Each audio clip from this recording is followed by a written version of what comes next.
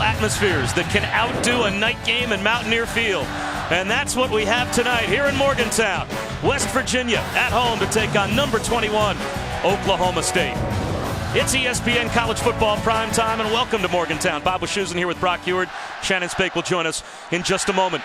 It seems like of all the teams in the top 25, there are not many teams that we're all still trying to figure out more so than Oklahoma State. Squeaker wins the last couple of weeks against Kansas State and Texas. How good are the Cowboys? 5-0, they're ranked, and they're coming into a venue against an unranked opponent, and they're not favored. And that's because they've had a bunch of close games. That's because West Virginia's beaten them the last two times. And frankly, Bob, they do have some deficiencies. I don't think there's any doubt about that. And in a game of matchups, there's some opportunities for West Virginia tonight to get after an offensive line that's a real work in progress for the Cowboys. Well, we have some massive injury news to talk about with both of these teams tonight. Shannon Spake is down on the field. Shannon? Well, Bob, certainly both of these teams are dealing with the loss of their emotional leaders, both to season-ending knee injuries. For Oklahoma State, that guy is middle linebacker Ryan Simmons. Glenn Spencer, defensive coordinator, admitted this week that he walked up to several of his players and he said, listen, I need you all to step it up. I need you all to be more vocal to fill the void. Carl Joseph for West Virginia. He was also on the sidelines here tonight. He spoke with the team last night in a players-only meeting. It wasn't a big rah-rah speech, I was told. It was more big picture, but certainly all of these players realizing for the first time seeing him on those crutches that they would not be playing with him on the field here tonight. Such an emotional scene before the game with Carl Joseph down there with his teammates. There is a hug from his defensive coordinator, Tony Gibson, who said that in 21 years of coaching, the hardest thing he's ever had to do was to walk into a room after practice a few days ago and walk up to Carl Joseph and talk to him about the fact that his collegiate career was over. And now, Brock, his defense is out there to start the game tonight against the Cowboys, and they have to regroup. And they're going to be aggressive. You can count on that. Emotionally, he wants to get his guys running downhill. Last week, Chris Carson was missing from the Oklahoma State lineup, but not tonight. And he gets the first carry of the evening and picks up a couple. A team loses an offensive player, and especially their captain and their leader, and it's real difficult. It's hard to gain that edge back. Defensively, in my life experience in football, you lose that heartbeat and that voice. It can be a rallying cry emotionally for everybody else to pick their game up. That's what the Mountaineers are certainly hoping for.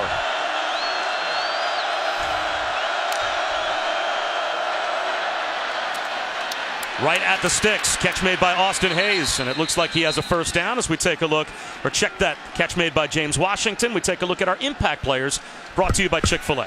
Keep an eye in the slot on David Glidden. He is a redshirt senior, the leading receiver the last 2 years for the Cowboys. Plays just like that, easy pitch and catch for a still inexperienced quarterback. And Nick Kwiatkowski is also one of those vocal redshirt seniors that's got to carry some of that emotional load with Joseph out. Carson again. Into the heart of the West Virginia defense, wrapped up by Kwiatkowski, and Kyle Rose was there as well. Getting that run game, very, very important, getting it going for these Cowboys. Just 2.1 yards per rush over the last 2 weeks. A big reason why they've had to climb out of some holes. They've been unable to dictate, been one-dimensional offensively, getting the run going. Important for Gundy and his young sophomore quarterback.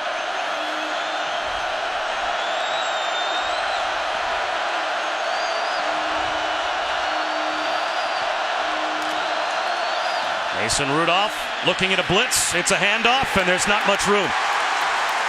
Shaq Petaway was in on the tackle for the Mountaineers. A modest gain for Carson, and now it's third down on this opening drive, and at least 7.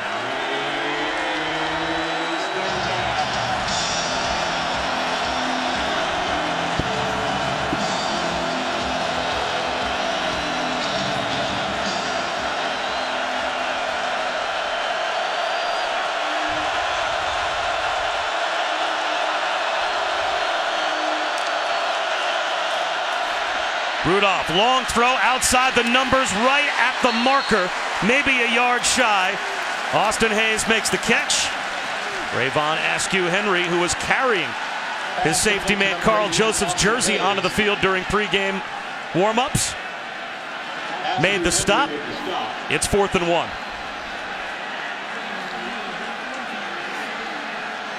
Fourth down and 1. Took Mike Gundy just a moment to push the button and put the punting unit out there, but he has.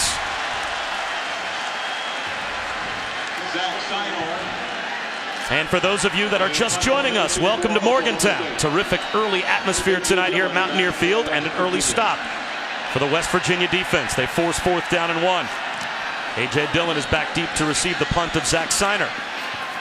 And Seiner does his job. Inside the 5-yard line, it rolls, and it's down right at the 5. So welcome to Mountaineer Field. Bob Wischusen here with Brock Heward. Shannon Spake is down on the field at Milan Puskar Stadium. A perfect night for football. Temperatures just below 60 degrees.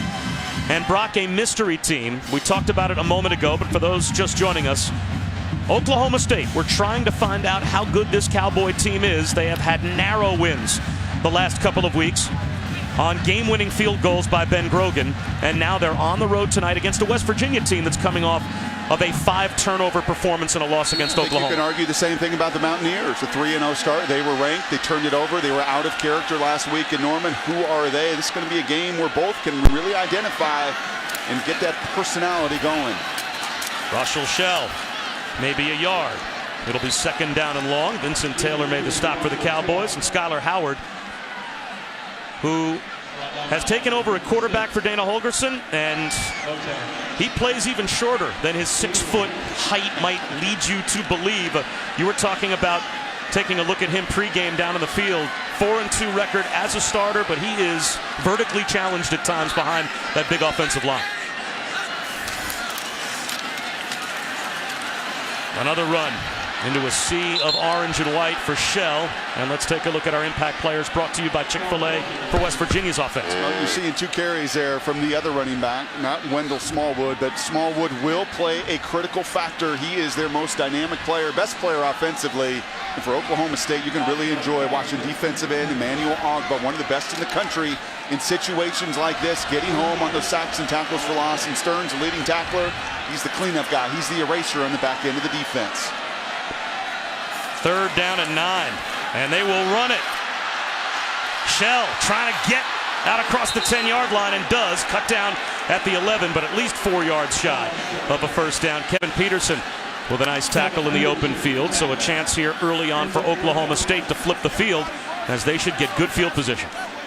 Counterintuitive in this conference. You're so used to seeing basketball on grass and teams throwing it all over the place. You're not going to see that in these 60 minutes of play between these two.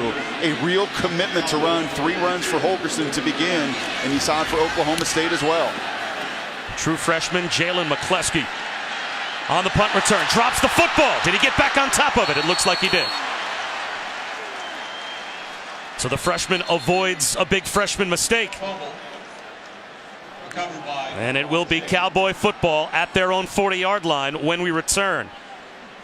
Oklahoma State and then West Virginia trade punts. Sometimes when the lights are bright, the freshmen have to adjust. And McCleskey is hoping for better. Second offensive possession for the Cowboys. Sophomore Mason Rudolph, who is 7-1 in his 8 career starts, and in every one of those starts has thrown for at least 260 yards. That's the longest active streak among any current FBS quarterback. So Brock, he's put up numbers, he's put wins up, and yet this is still an offense that has some question marks. We'll see if they get answered tonight against West Virginia. Good field position here on the 2nd possession for the Cowboys. And Rudolph high outside the numbers and incomplete over the head of Washington. Like a lot of young quarterbacks, he's best when he can get into rhythm, and Mike Gundy and staff trying to protect him, find those easy throws early, but when he gets hit, he can be rattled. When he gets hit, you will see his fundamentals diminish. And Mike Gundy had been in that seat before, the school's all-time leader. In fact, when he was done playing quarterback, he knows there is a learning curve to climb as a young player at that position. Little jet sweep to Jawan Seals. Check that Brandon Shepard. He's lit up behind the line. And nowhere to run. And watch K.J. Dillon tonight. He's the guy that carried out his buddy's jersey. He is the best friend to Carl Joseph. That's safety. And if you don't know Mountaineer football, well, you don't know the impact that Joseph has made on this program with 42 starts. Expect his best buddy to be emotionally charged throughout this game tonight. Something has to give. Oklahoma State, a terrific third down offensive team, but West Virginia's just as good defensively. Third down and 11. Mountaineers bring a blitz. Rudolph up the seam. He's got his favorite target. There's David Glidden, and that is a Cowboy first down. A gain of 15. A little pressure there from West Virginia. The youngster does a beautiful job of stepping into it, unafraid of what's in his face, and he can trust Glidden to get open on the other end. Play action, and he wants it all down the sideline and throws it into an interception down inside the 10. Terrell Chestnut ran under the football as if he was the intended receiver.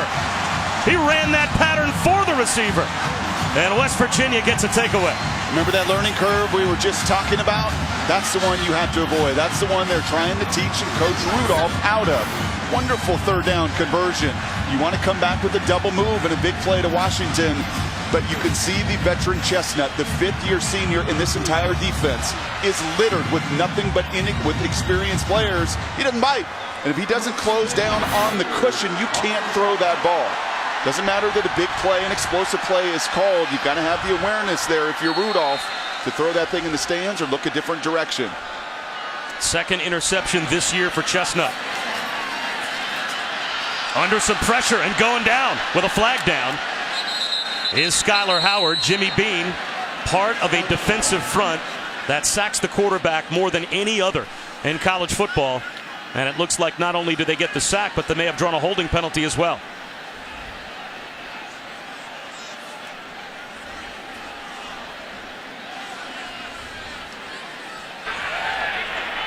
Holding. Offense number 70. That penalty is declined. Brings up second down. Oklahoma State is number 1 in sacks. That's their 23rd this season. Number 1 in America in tackles for loss. And now they've got the Mountaineers backed up. And they've given up 15, and you can see the left tackle Kajust, just the redshirt freshman going up against two good ends. That's not good enough on the cut block. A little bootleg for Skylar Howard, and a quick throw out to the 10-yard line is caught by DeKeel Shorts. It'll be third down and 7.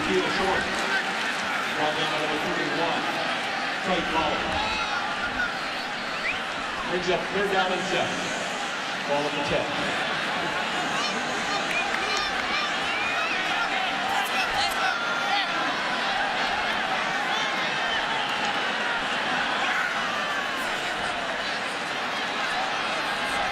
Plenty of time on the play clock as Skylar Howard either changing the play or the protection. Still 8 to get the play off. Looking at zone coverage, trying to get that best zone beater.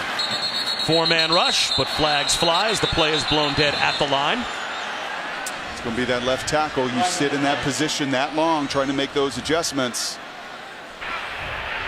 False start. Offense number 55. 5-yard penalty. Third down. Well, Brock, you mentioned Yadni Kajust. 6'5" redshirt freshman at left tackle.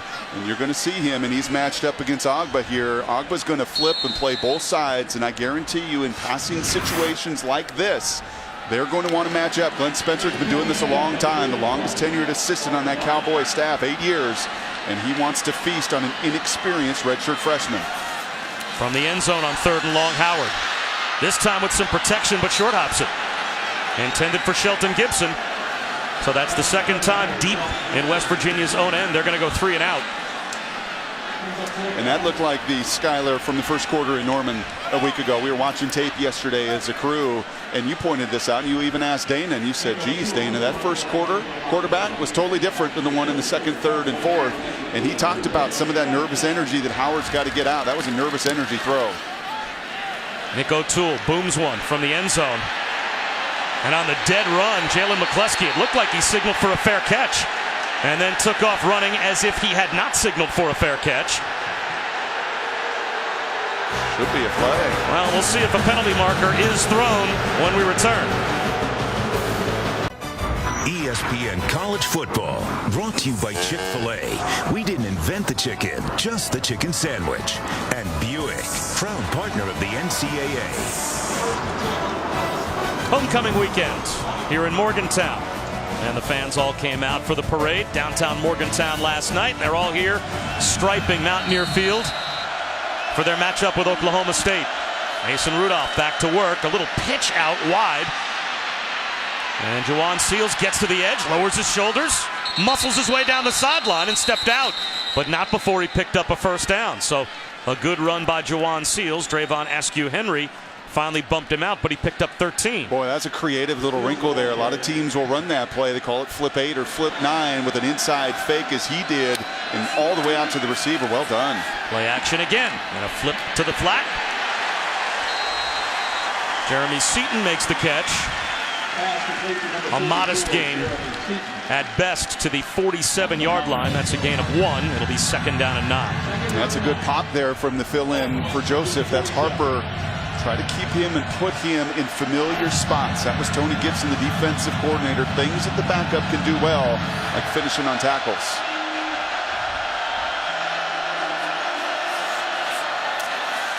Rudolph again finds his check down. This time it's Chris Carson with a spin move and a Cowboy first down. Pass complete to number 32, Chris Carson. Chris Carson tore his ACL as a junior in high school, had to go the junior college route, and now he's making an impact for Oklahoma State. And here he is up the middle. And he was a big-time recruit. You're talking about a top-5 JUCO kid. Had originally committed out of high school to Georgia, went to the junior college, was again thinking he was going to be a Bulldog, be one of those big SEC running backs. Instead, he ends up in Stillwater. Getting him going throughout this season into his senior year will be critical, because you know they're going to pitch and catch. They're going to throw it all over the place, but getting a big downhill back to complement this scheme and system, that's what Gundy's looking for. Now it's Rennie Childs in, that tailback. Play action again for Rudolph. Rolling out, he's got room. He'll tuck it under and run. Slides inside the 30, about 2 yards shy of the first down. And they'll mark him down just inside the 30, so it'll be third down and a long 3. Again, it was Jared Harper coming up to make the stop for West Virginia. I'd expect a little pressure here in this area of the field. They want to get after Rudolph. Do not want to get him into rhythm tonight. Looks like a man pressure look.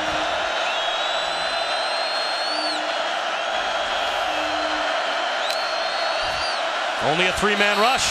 Flags down. And the play blown dead. That may be the left tackle as well. False start. Offense number 74. 5-yard penalty. Third down. And they're going to call on the left guard Wilson there, but you've seen both offensive lines. And this is probably going to be a theme throughout this night. Both offensive lines are a work in progress, to put it nicely. That time Wilson, the redshirt junior, in the middle, caught. Big difference between 3rd and 3 and 3rd and 8. In that gray area as well, where you might think this is 4-down territory for Oklahoma State, depending on what happens on this play. This time it's a 5-man rush. Rudolph over the middle. It's knocked down. James Washington had it and couldn't hold on. So now what do you do?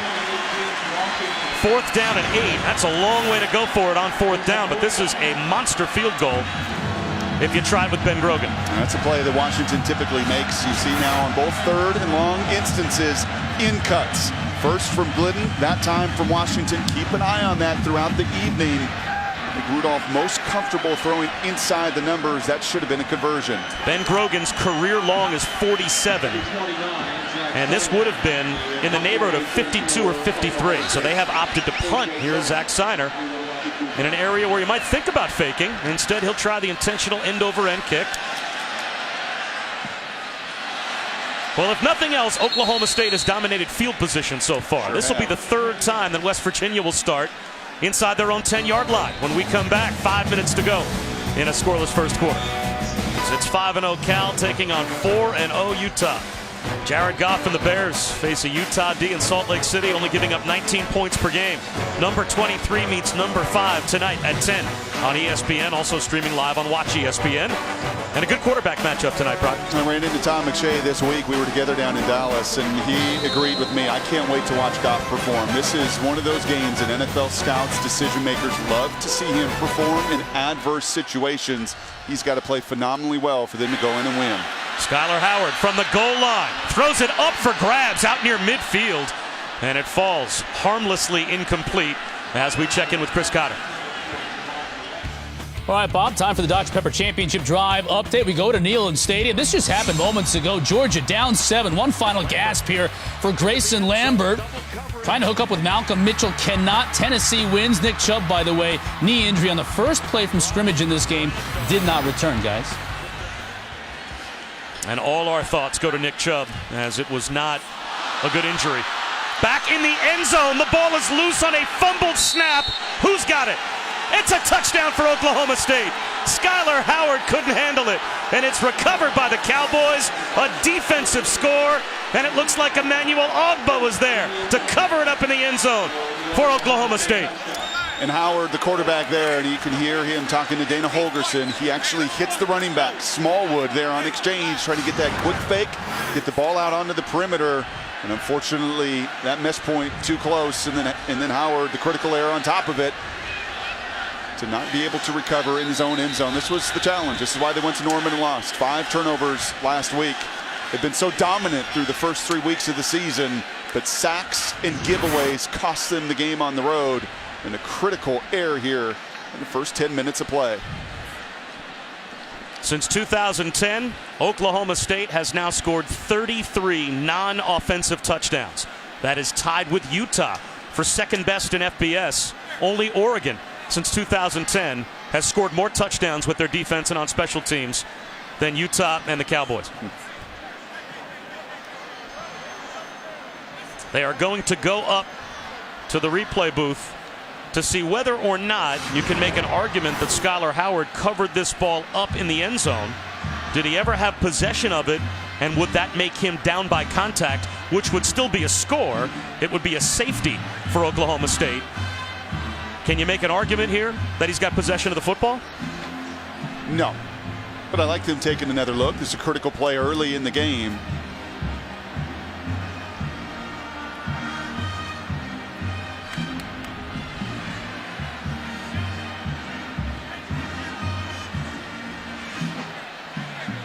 There's no question he's down, doing what he can to grasp the football, and he is down. But would you say that he ever had complete control of that ball while Ask Skylar. Being down? Ask Skylar. And you know what he would say? No way. No. Not right now. He would say he did. But that's tremendous effort from Ogbah as well. And what a wonderful story he is. Moved to America at the age of 9.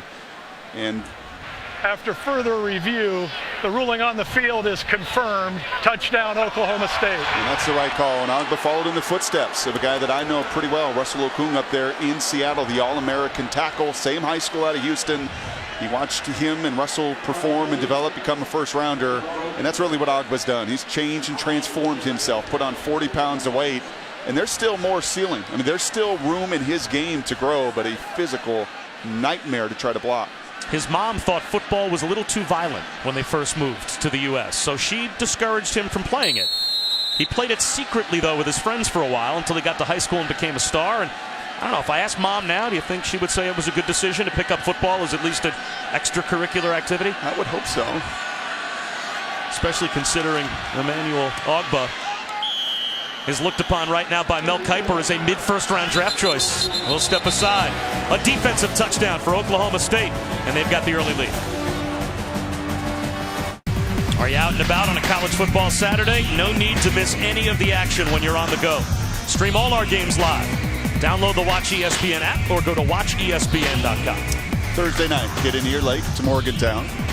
My former school, University of Washington's playing USC Thursday night. Joe Tessitore and crew on the call. And guess what I had to do? I had to pull off the road somewhere between Pittsburgh and Morgantown, get that Watch ESPN, and watch the final 4 minutes of a huge win for Washington. A disappointing loss for USC. Doesn't matter where you are in America. You got that app, you'll never lose sight of your football. I think it's twofold. That really epitomizes how good the Watch ESPN app is, and it also is emblematic of the glamorous lifestyle that you lead as a big-time ESPN personality. At 12:30 and right. At the gas station, right. Watching your Huskies in the gas station on your phone. That's perfect.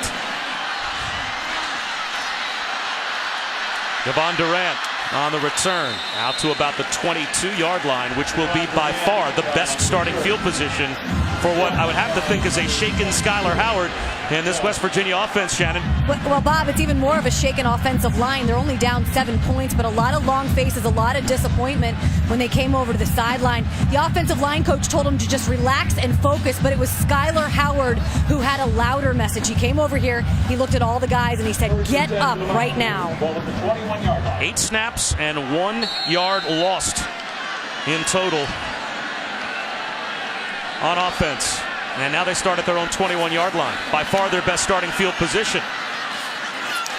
The first opportunity for Wendell Smallwood to get a touch. And he's out to the 28-yard line, a gain of 7. Smallwood had an ankle injury that he suffered last week against Oklahoma. And he was iffy this week as to whether or not he was going to be able to go tonight. Russell Shell had the first couple of possessions. Smallwood was in there on the last offensive possession. But that's his first opportunity to touch the football. Gets it again on 2nd and 3 and picks up 2. It'll be 3rd down and 1. I'll tell you right now, a big reason for -1 in the first 3 plays is the front 4 for Oklahoma State doing their job. Glenn Spencer would love to let those front 4 both affect Skylar Howard in the passing game, and in these run plays start to squeeze and shut it down, and they do have physical advantages. B92, really good defensive end, very strong. We talked about Agba on the other side. Those guys so far in the run game have been very stout, squeezing those lanes. Look at how tightly packed that front 7 is for Oklahoma State. And running right at it and leaping across the first down line to gain is Smallwood. Agba made the stop, but that is the first down for the Mountaineers. And Dana said, I don't really care what kind of look Oklahoma State's going to give me. I'm going to run the ball. And I love some of that attitude. That is how you start to change and define your culture a little bit of being physical. Little read option and a sweep out to the edge. William Crest, who started the season as the supposed quarterback, was in a quarterback battle in summer camp with Skylar Howard. Howard distanced himself as the starter, and they tried Crest in some different positions. Now he's out there running a little wheel route left, and instead a long pass intended for Jordan Thompson falls incomplete. Another errant throw from Skylar Howard. Now it's 3rd down and about 4. Yeah, that was a real miss. It's one thing to want to take some shots down the field. Howard has got to find some of his outlets underneath. A couple throws deep down the field because that's the mentality to be aggressive. Completions are underneath.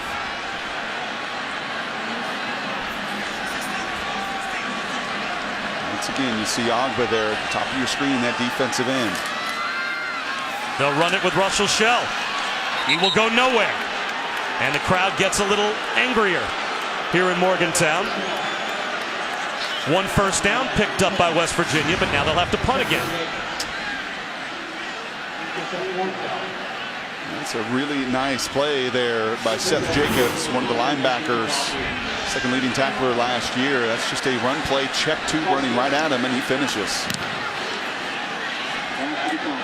Jalen McCleskey, this time an emphatic fair catch signal at about the 13-yard line. Let's check in with Chris Cotter again. All right, Bob, let's update you on TCU. We know they can score in a hurry and they can score from distance. How about Aaron Green? With about 10 seconds elapsed in the game. Takes it to the house. So 7-0, Horned Frogs on top of K-State very early. Meanwhile, Alabama and Arkansas were on ESPN. It's a 3-0 Alabama lead. Bob, Brock, back to you guys. Well, Chris, it's a 7-0 Oklahoma State lead here at West Virginia. Oklahoma State has dominated so far, holding West Virginia to barely over 1 yard per play offensively.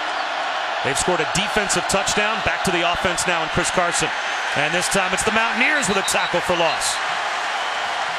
K.J. Dillon in the backfield, joined by Eric Kinsey. Darian Howard there as well.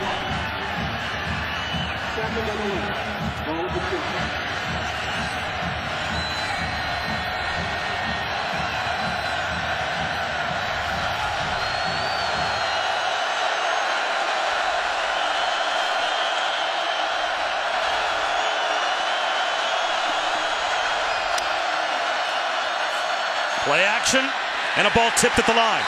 It'll be 3rd down and 11.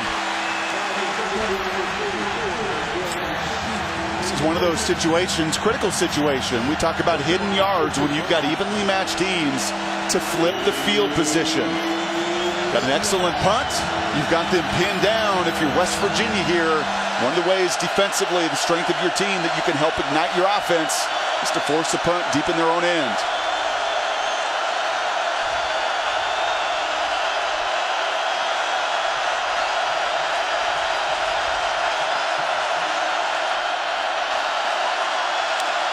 Here comes a blitz. Rudolph lobs it down the sideline. A jump ball, and he drops it in perfectly to Marcel Aitman, who tracked it and comes up with a third down catch and a gain of 21. Just put a little air on it. You've got a 6'4" wide receiver. He's not going to separate. He's going to use his body with tremendous timing to go and find it. Well done, Aitman. You will see that throughout this game. Just enough separation from the corner, Darryl Worley, to move the chains. Carson caught behind the line again. This time it's Jared Barber. That's a loss of at least 2. And you can see the stop and start nature for both of these run games. And that time Barber, just like you saw the previous snap with Jacobs, he is in the gap. He's reading his keys, and he is filling that hole before the running back can even get started. 2 years ago, Barber tore his ACL against Texas and missed all of last season as well after surgery and a MRSA infection. A little head fake from Rudolph. Well protected. Now the rush finally arrives. And a play is blown up out on the edge by K.J. Dillon. Jeff Carr took a shot and couldn't hold on to the football. And now it's 3rd down and 13 as Carl Joseph is normally the guy out there making hits like that for West Virginia as they are trying to key this defense without their emotional leader. And he is saying, that's my boy right there. You saw him on the first down run play get in the backfield. Tony Gibson, the D coordinator, had a sense that Dillon would play with his hair on fire tonight. And what a picture of it right there, just blowing that play up before it could get started.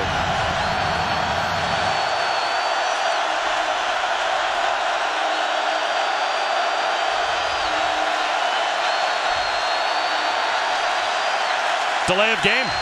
Game clock wound all the way down. Unless a timeout was called. Prior to the play clock expiring, timeout, Oklahoma State. So Mike Gundy got the timeout. We'll step aside for 30 seconds and come right back. Here at Mountaineer Field, or in Morgantown, they have not had much to cheer about until now. 3rd and 13 after the Oklahoma State timeout. These have been in cuts. The other 2 3rd and longs.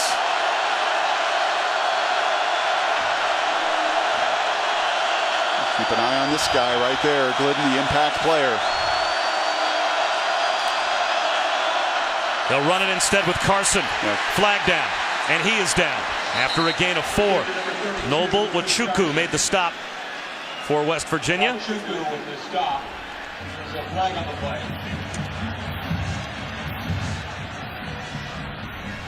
Be a hold. Holding. Offense number 74. That penalty is declined. Brings up 4th down.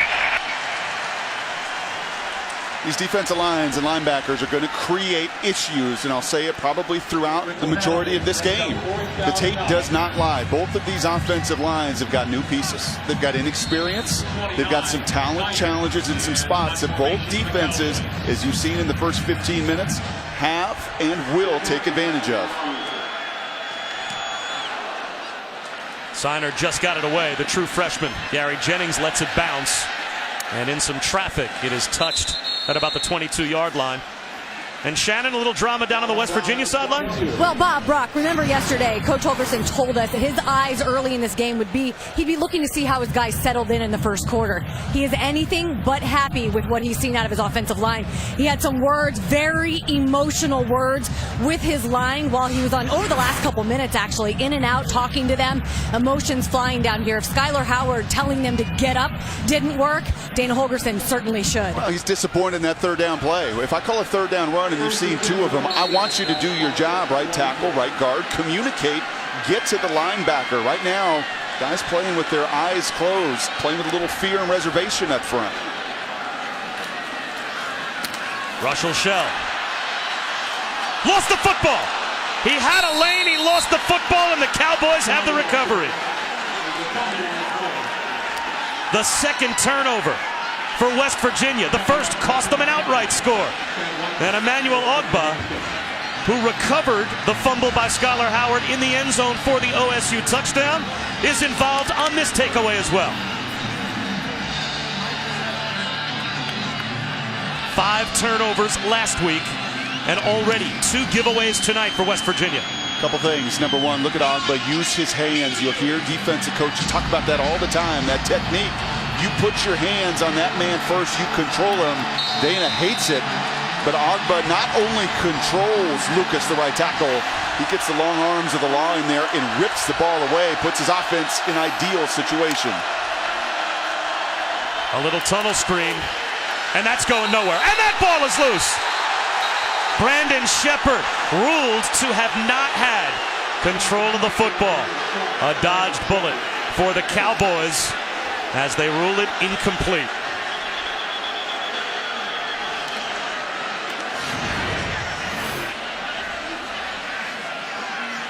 And that's the right call. He never controls it. A mass of humanity. And there you see the backup, the fill-in once again. Jared Harper having a wonderful awareness of what's going on in front of me. As you see Shaq Petaway, the middle linebacker, down. But both defenses, Bob, it is clear they've done their homework. They know some of the tendencies. They are flying out of their positions, both at safety and linebacker. An aggressive mindset from both defensive groups that really have dominated the first quarters of play. As they take a look at the knee of Shaq Petaway, 5th-year senior from Steubenville, Ohio, that had a torn ACL before the 2013 season, came back last year. So if this is a serious injury to Petaway, you always worry, especially for a 5th-year senior, it could end his career, because you just saw Carl Joseph having to watch from the press box a non-contact knee injury, torn ACL in practice this week. Carl Joseph's career here at West Virginia is over. And this is a defensive group, Bob, that had played really well through the first 4 weeks, because Dana had been able to line up the same starter in the same spot for the entire month of September. Well, you talked as well, watching both of these teams on tape, about how both offenses operate in a confined space in between the numbers, and how that affects how you'll dial up your defense and how aggressive that you can be. And then when you have got nothing but experience, 16 different guys have started for this Mountaineer defense under Tony Gibson.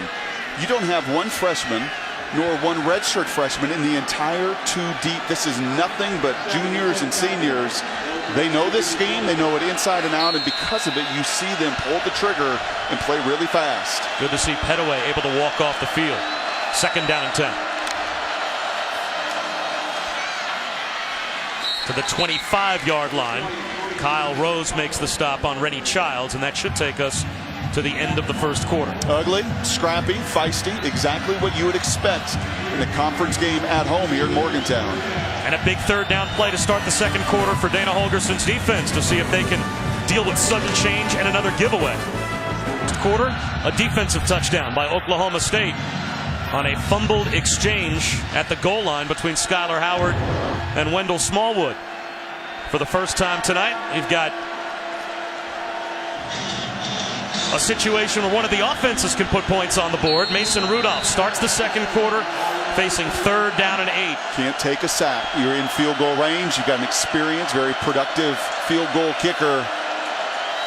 Get rid of the ball if it's not clear.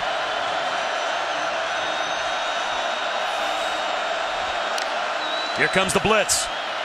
Rudolph off his back foot, lobs it down the sideline, a jump ball. Marcel Aitman has it. Ruled to have come down inbounds with the catch. Terrific play on the ball again by Aitman, and it's 1st and goal. And terrific, just air. Just give your big guy an opportunity, and he does. He gets the left foot in. Looks like he controls it all the way through. Well done. Of a completed pass is under further review. And Oklahoma State wanted to go quickly. They were at the line, set to snap it at the 7-yard line. And it seemed like on their heels was that West Virginia defense. That's a break for West Virginia that the replay booth buzzed down just to make sure. And it gives the Mountaineers a chance to regroup defensively. No question he got a foot down. Seems like no question he controlled the ball. is that foot down on the ground, or did he step on Worley's foot right there? I think that's the only thing in question. And Worley's a big corner. You're talking about a 6'2" corner, not your 5'10" matchup. Yeah, that foot gets down. Toe is down before Worley steps on it. Well done. After further review, the ruling on the field is confirmed. Completed pass, first down. Keep the ball in play. You'll see a lot of inexperienced young quarterbacks try to throw it perfectly, Bob, and just think, just put some air on it, keep it in play, and trust your guy to get it, your ball or nobody's ball. That's now 2 one-on-ones, where Aitman is going to gain the trust and confidence of Rudolph to continue to give him opportunities to make a difference. And now it's J.W. Walsh taking over at the 7-yard line. The situational quarterback, 5th-year senior, who has been so supportive of Mason Rudolph and plays a vital role on the keeper here. Gets the quick pitch out to the edge, reaching for the pylon. It's McCleskey. Is he in? They say he's out at the 1. The true freshman almost scores. 2nd down and goal from inside the 1.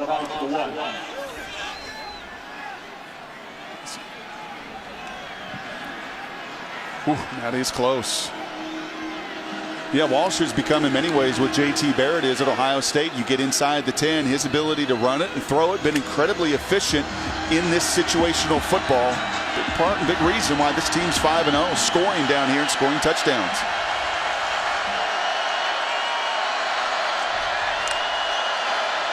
Rennie Childs.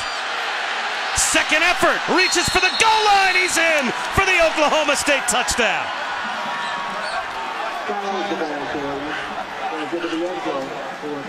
Darryl Worley, it looked like it stood him up at about the 2, but he maintained his balance and got in. An excellent job there, and you can see Mr. Worley is a cornerback. Got to get your eyes up, got to get your head up, and you have got to drive through that tackle. Head down, loses all of his power, and Childs, well, he powers through. So both turnovers for West Virginia cost them touchdowns.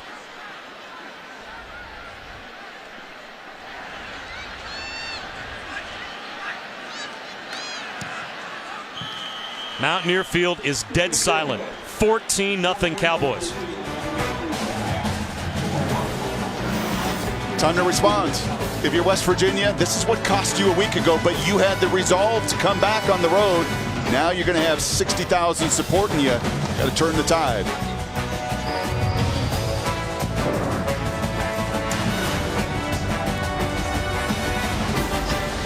Good hands field goal nets. Allstate makes contributions to participating universities' general scholarship funds for each field goal and extra point kicked.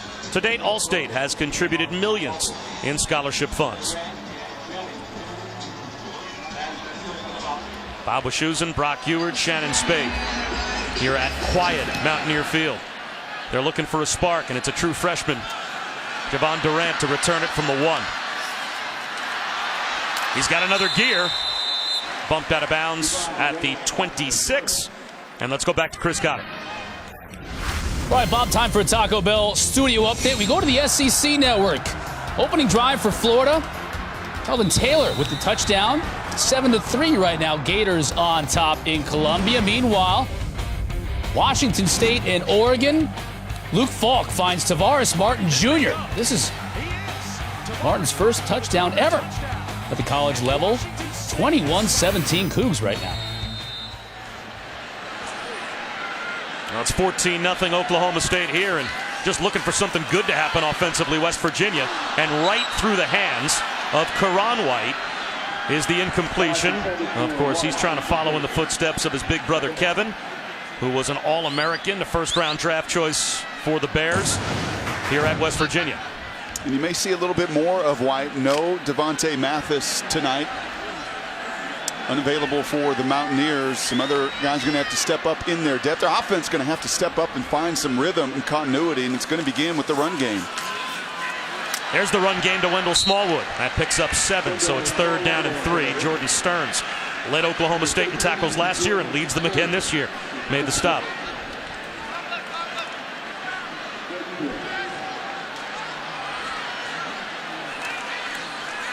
Skylar Howard, well protected. High throw, but it's pulled in by Shelton Gibson. He gets loose to the 45.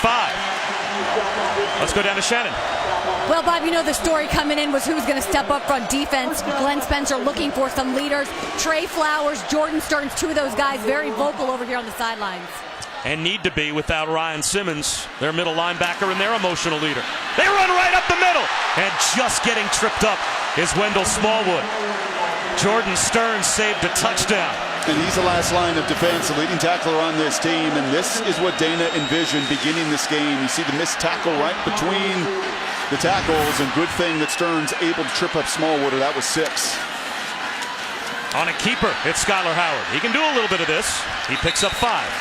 One thing you will see from the Mountaineers, and you learned a week ago at Oklahoma, is they will not deviate from their plan. They will and do have a stick-to-itiveness, a hard-headedness, if you want to say, for Dana Holgorsen. He is going to run the ball.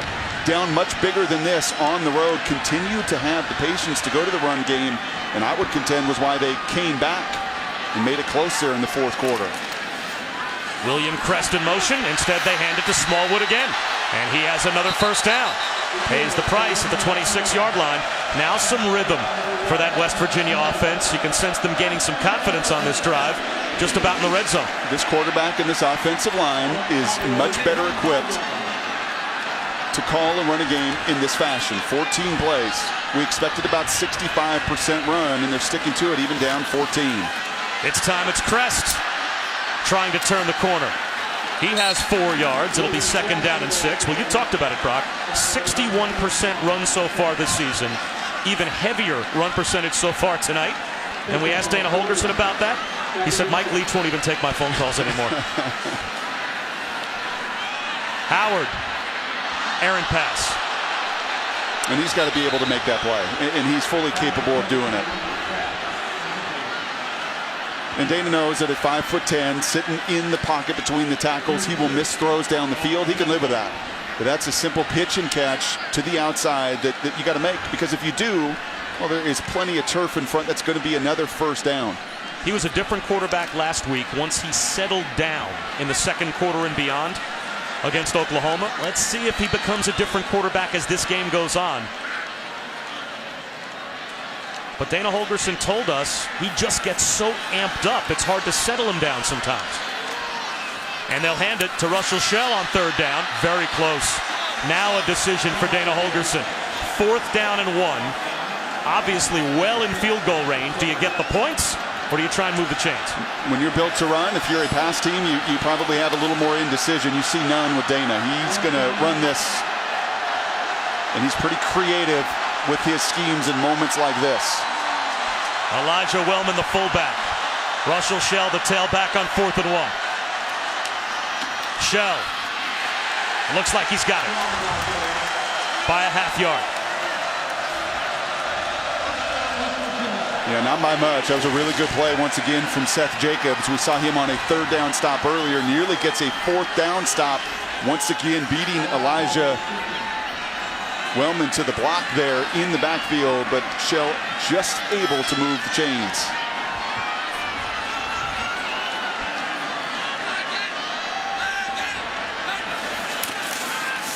Hand off to Shell again, bouncing it outside. This time strung out by the Cowboy defense. And the Pokes get another tackle for loss. That's a loss of a couple. Ashton Lampkin made the stop, but he got a lot of help from the left side of that defense. Yeah, there was absolutely no push whatsoever there. A much better job coming off the 4th down play there for Oklahoma State. What's going on here? This is the Big 12, isn't it? We've got I-back football. We've got fullbacks playing, quarterbacks under center, 60% run in the play selection.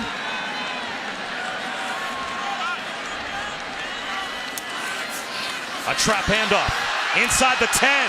Losing the football again, Wendell Smallwood. And it looks like another fumble recovery for the Cowboys. Who's got it?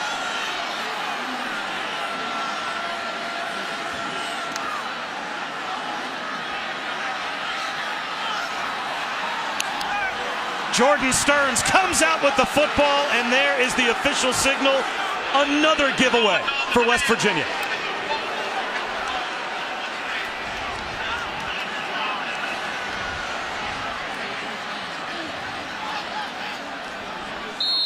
The third West Virginia turnover. The first two result in Oklahoma State touchdowns, and Brock, this one probably takes points off the board. The hair says it all.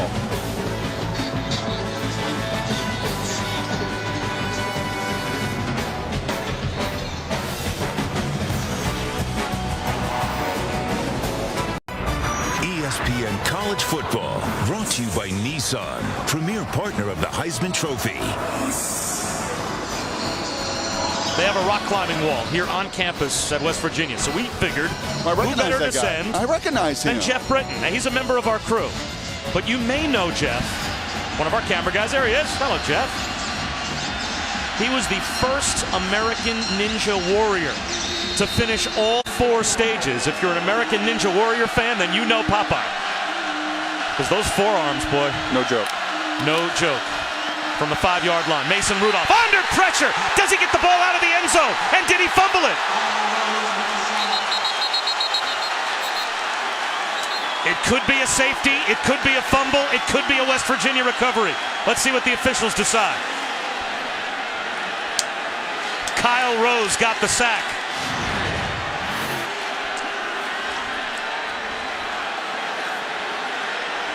Ooh, and that looks like he is down on the ground. I think that should be a safety, at least on first look here. Wonderful play from the senior nose tackle.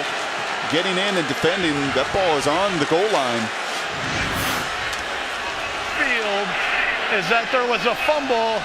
The ball was out of the end zone, recovered by Oklahoma State. That play is under further review.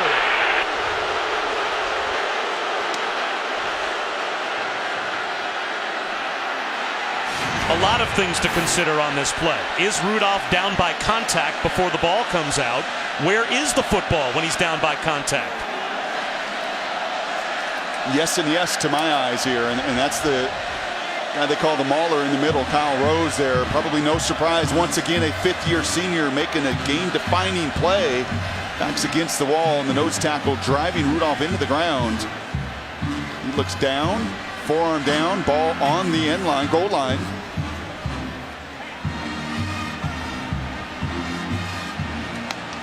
And that entire ball has to be outside of that white stripe for it not to be a safety.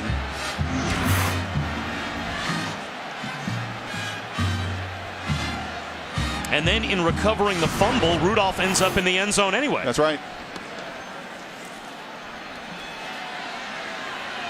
Forearm so you down. say safety. Bob, to my eye there, that sure looks like forearm down. Rose driving him into the ground. The ball is not outside of the goal line. I think that's going to be a safety. Well, for a West Virginia team that has had 6 offensive possessions and fumbled 3 times, the first 2 fumbles resulting, one directly in an Oklahoma State touchdown, the second in the short field that OSU used to make it 14-0. Their last fumble, of course, down at the 5-yard line takes points off the board. You'd have to think, well, here's a chance for their defense to get points right back on the board and get their offense the ball back. This is a huge moment in this game. Knee down even before that left forearm down.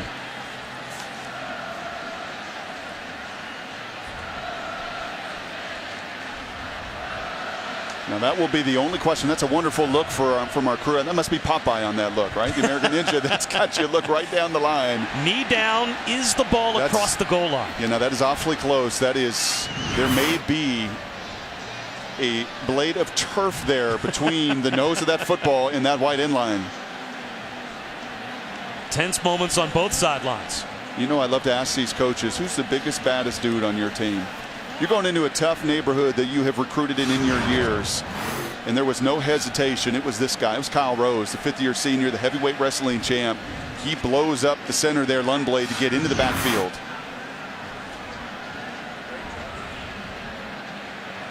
Brad Van Vark is our referee, and it looks like he is getting the final decision. After further review, the runner's knee was down in the end zone with possession. The result of the play is a safety. Please reset the game clock to 10 minutes and 11 seconds. That blade of grass you talked about, apparently not quite enough. Well, it's not grass, right? It's just those rubber pellets. And really, in the end, that looked like the right call. Yes. So 2 points on the board for West Virginia. We have now had 16 total points scored, and 9 of the 16 points scored by the defenses. That's a great look. And it is very hard to separate and to find the back tip of the football. They are saying is going to be on that white line. You're doing the best you can to look right down that line. What a wonderful shot again from our hardworking crew. And what a wonderful play from Kyle Rose when his team desperately needed. How do you affect your offense? When they're struggling, they're turning it over, and man, have they been sloppy over the last 8 quarters of play. 6 quarters of play, 8 giveaways for Dana Holgerson. It's got his hair fried, it's got him fried on the sidelines. And credit to Kyle Rose and his defensive mates of putting points on the board and giving the Mountaineers possession. That's the first sack this season for Kyle Rose, and it results in a safety. The second sack of his career, but defensive coordinator Tony Gibson told us he is a brawler. A wrestling champion in the state of Ohio. He can play in a phone booth, and that time he makes a game-changing play. He pinned Rudolph. There goes the freshman, Javon Durant, flag down. He got across the 50-yard line, but a flag thrown all the way back at the West Virginia 33. Yeah, it's going to be a pretty easy block in the back in the open field there.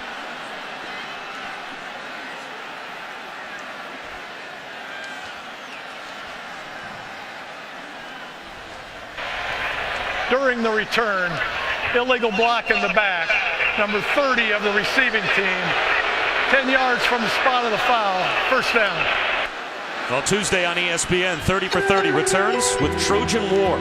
The story of the rise and fall of USC football under Pete Carroll. Trojan War, Tuesday at 9 Eastern on ESPN. And Pete Carroll, even with vacating some wins, still the all-time leader in win percentage in USC history. If you're a coach that coached a minimum of 35 games. Won a lot at the NFL level, winning a world championship there as well, and boy, would they love to have him back, I think, in LA. Some real struggles right now off the field, on the field for Steve Sarkisian and USC. Read option, the keeper for Skylar Howard, and he picks up 6. Brought down by Kevin Peterson.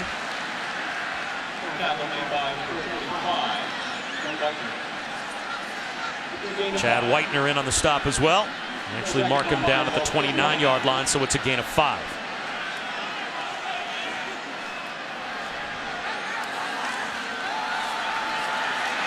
Howard under some pressure, escapes the pocket.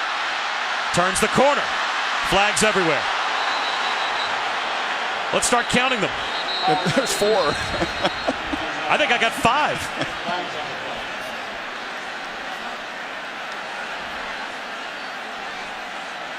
I think one official picked up his flag because he figured it was just overkill. 4's enough.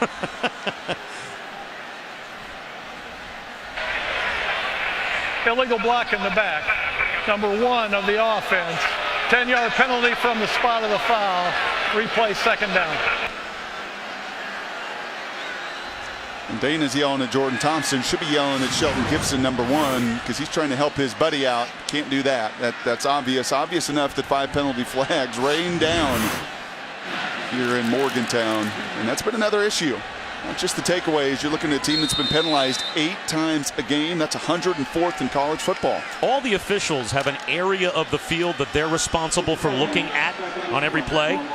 If you commit a penalty where 5 guys throw their flags, that means guys caught an obvious penalty out of like their peripheral vision. Lobbing it down the sideline. Incomplete. Intended for William Crest, but there's a flag. And a couple thrown. So it looks like West Virginia will now get the benefit of the doubt as Seth Jacobs is trying to stay with William Crest. Yeah, and I think the linebacker there just has a hold of Crest's arm, and that's that arm bar without going for the football is going to create a pass interference here. With the matchup you want, you love the speed of Crest. Pass interference, defense, number 13. 15 yards from the previous spot, automatic first down. Well, they call it on Stearns there. I think that's going to be on Jacobs, and you can see him just reaching and grabbing.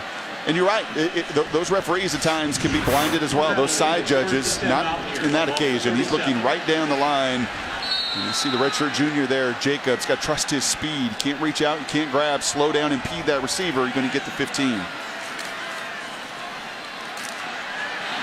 Russell Shell for a yard. Chad Whitener again stepping in for Ryan Simmons at Mike linebacker for Oklahoma State. The redshirt sophomore.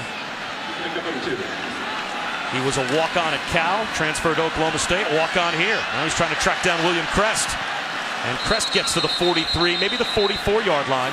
It'll be third down and about 4. It just feels like a big one, doesn't it? Halfway through the second quarter here, West Virginia has fumbled and stumbled and given the ball away 3 times. Has moved up down the field between the 20s, been their own worst enemy at times. Just feels like a big third down conversion opportunity. This juncture of the game. 3rd and a long 3. Second me situation, many times based on the numbers around that line of scrimmage.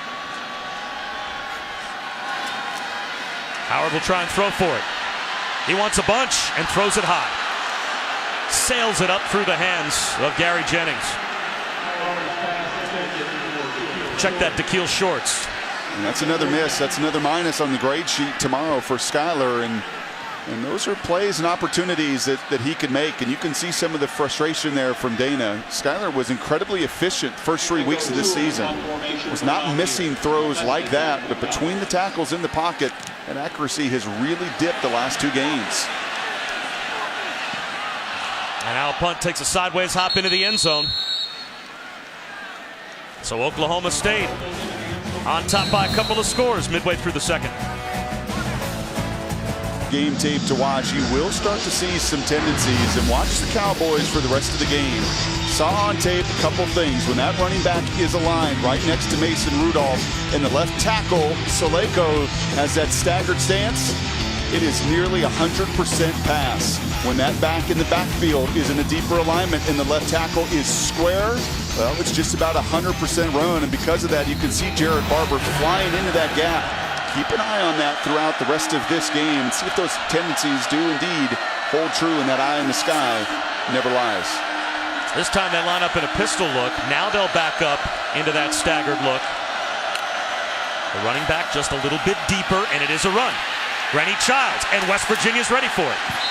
So you start to see those keys. You start to key on those keys like a poker tell, and your defense can play very aggressively when they see the same thing you saw on film. That's exactly right, and this is what teams start to look for. And you know what? Offenses will say, that's fine, we do have tendencies. We don't care if at times you know what's coming, but take a look at a senior-laden group start to get even nosier there with those linebackers coming downhill.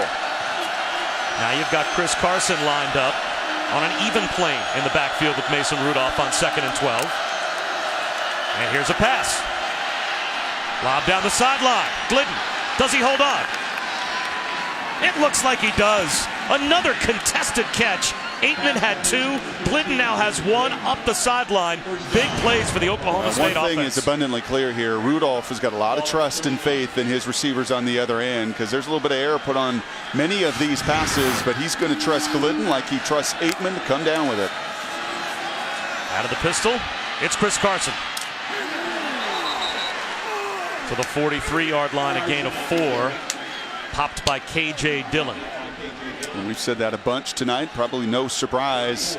And there you see not quite the imbalance that you find with the Mountaineers. A little closer to 50-50, more the ideal for Rudolph in their scheme and system.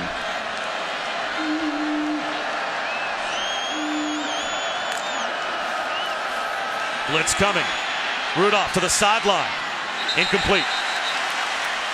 Good job by Terrell Chestnut to knock the pass away.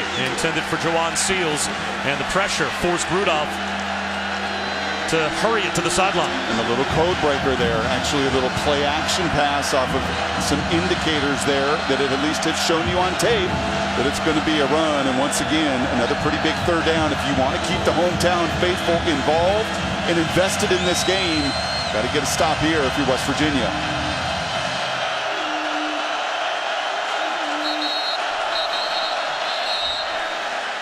Timeout called by West Virginia defensively. So we'll step aside for just a moment. Big third down when we come back. Be on the lookout for the Taco Bell student section and passionate fans at games all season long. Just go to ESPN.com/Taco Bell and learn how you can get to the college football playoff. Congratulations, Batman. Mission accomplished. You are on ESPN2. And I'm sure Mom is swelling with pride. 3rd down and 6 after the timeout. And this is the shortest 3rd down opportunity of the night for Oklahoma State. And they're 3 for 6. All of their 3rd downs have been 3rd and 8 or longer. Here comes an all-out blitz. Rudolph well protected, and he is able to slip it to the sideline for an easy pitch and catch to Austin Hayes. Great blitz pickup by the Cowboys. And good rhythm there from Rudolph as well. Multiple 3rd downs, as you've indicated there, where he has not been rattled. Those fundamentals have been pretty strong, and he stood in the face of it and gotten the ball out of his hands. If you read the keys of that offensive line, this looks like run. Instead, they slip one up the seam. Perfectly executed by Mason Rudolph. And Blake Jarwin got loose, makes the catch, and that's a gain of 17. And you start to see exactly what West Virginia does not want to see, and that's some confidence coming from Rudolph. When he gets hot and he gets in rhythm, he is really dangerous to stop because you see the efficiency he can operate Gundy's scheme and system in. 7-1 as a starter. Jeff Carr empties the backfield. That's a backwards pass. Carr gets to the sideline and picks up a yard. And the difference in this game, obvious takeaways, and that's some of the individuals for Oklahoma State, Agba in particular ripping the ball out. It's also been about one-on-one coverage situations. In Gibson's scheme defensively, he is going to leave his nickel backs and his corners on the outside on some of those islands one-on-one, and Oklahoma State's done a much better job winning those battles. Rudolph escapes the pocket, flag down. Slides to the 25.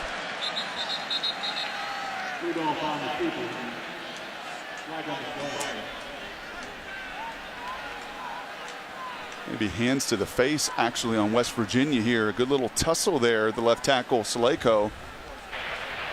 Personal foul, illegal hands to the base, 45 of the defense. That penalty will be added to the end of the run, half the distance to the goal, 1st down. A week ago, we saw Kirk Ferentz there at Iowa. He pulls out a little note card. He can write down all of the miscues of his team. And you see there, Kinsey is up into the headgear. That's the right call. It's been penalties, it's been takeaways, it's been missed open wide receivers, it's been losing one-on-one battles. And it's why out here on the road, Oklahoma State up 14-2 with a chance to really play add-on to close out the half.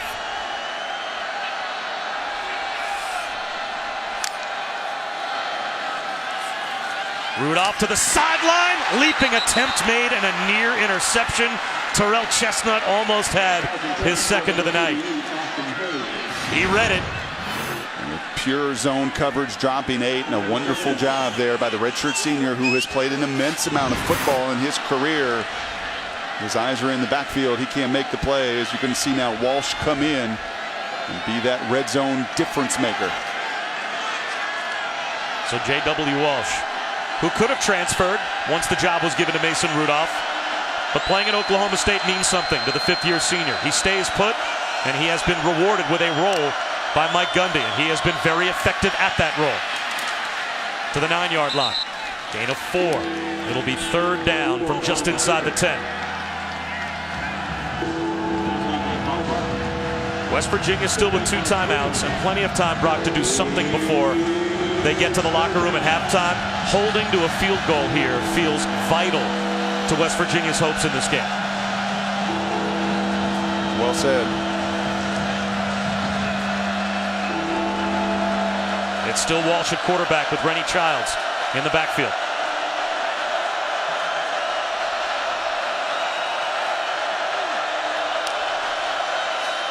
Walsh on a keeper. Gets to the edge. Stutter steps inside the 5, reaches the ball out. Where will they mark him out? About a yard short. It'll be 4th down and 1 from the 4-yard line. On the carry. So what does Mike Gundy do? I go up 15.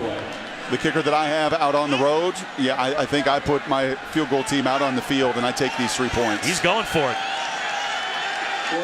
A chance for the West Virginia defense to get a stop A chance for the Oklahoma State offense to really distance this lead before halftime. It's an undisciplined team that is penalized. Maybe a chance to hard count as well here. And maybe Mike Gundy wants to think a little longer about this decision. So the Cowboys take a timeout. We'll step aside for just a moment as well. Does not look happy. He is walking off to the sideline as his team was lined up to go for it on 4th down and 1 from the 4-yard line. Mike Gundy calls a timeout, and now he's going to send Ben Grogan out to try and make it a 15-point lead. That's because Walsh has had 6 touchdowns on the season and has been very effective in those situations.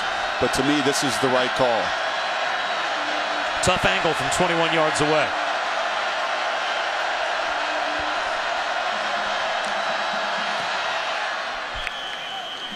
So the hero of the last 2 wins for Oklahoma State is able to add on 3 more. And it's 17-2 Cowboys. The only 2 points scored by West Virginia, obviously a safety, scored by their defense. 7 points scored by the Oklahoma State defense as well. I'm Bob Wischusen, Brock Ewart. And Brock, you know, when you think about what the problems and Achilles heels have been for West Virginia, all of what has caused them difficulty this season, what caused them to lose last week at Oklahoma, has followed them into tonight's game. Yeah, and that's not what you're looking for. Not out of a senior-laden group, not off a team that had suffered some real emotional loss. You want to just avoid your own self-inflicted mistakes, and they haven't. They've been penalized a bunch. Give Oklahoma State credit. They're ripping and tearing at the ball, but 3 more giveaways. Skylar's all over the place. He has got to settle down and hit some open receivers. Yeah, right now they're completely out of rhythm, really, in every phase of the game. And if the odds makers are any indication of how America views Oklahoma State, the Cowboys were the underdog coming into tonight. They're the underdog. They're the ranked team, and yet they were not favored to win this game, almost as if America Oklahoma State to prove a little something tonight. Sure. What have you seen so far? Well, it's been role reversal, you know, because they have been the team that got down. They're the team that had to have the second half comebacks 3 different occasions already this year, and they're the group that has been so much more disciplined in the first 30 minutes of play. Durant from the 5 with a flag down. Cuts it back, another flag thrown.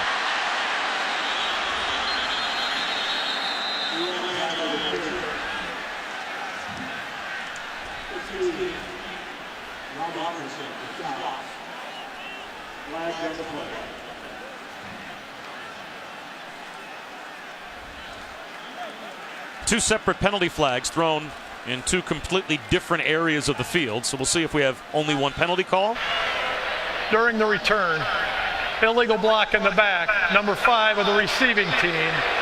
That penalty be 10 yards from the spot of the foul, first down. Give the Mountaineers credit. At least they've been obvious in their penalties.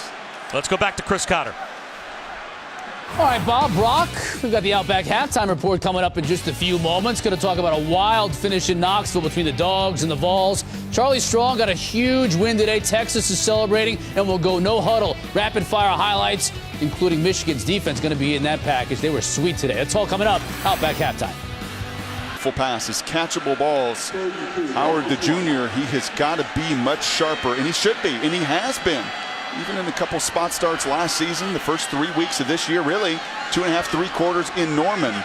Much more efficient and effective than he's been in this first half.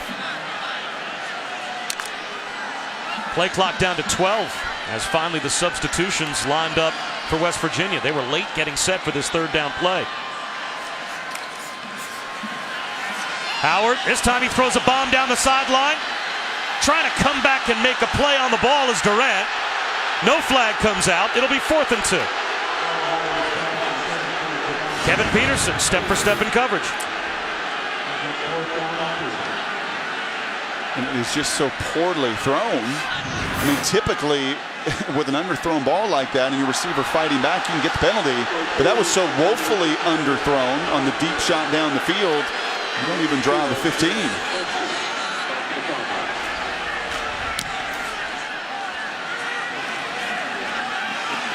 Fair catch at the 34-yard line for Jalen McCleskey.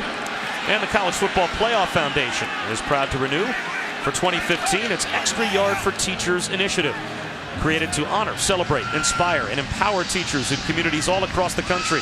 In partnership with ESPN, the initiative helps teachers acquire tools and resources to be even more successful in their classrooms. To learn how to get more involved and make a difference for teachers and their students, go to collegefootballplayoff.com. And if you're Rudolph here, you've already thrown a pick, you nearly had a second. You've got a 15-point lead out on the road. Be smart and decisive with the football.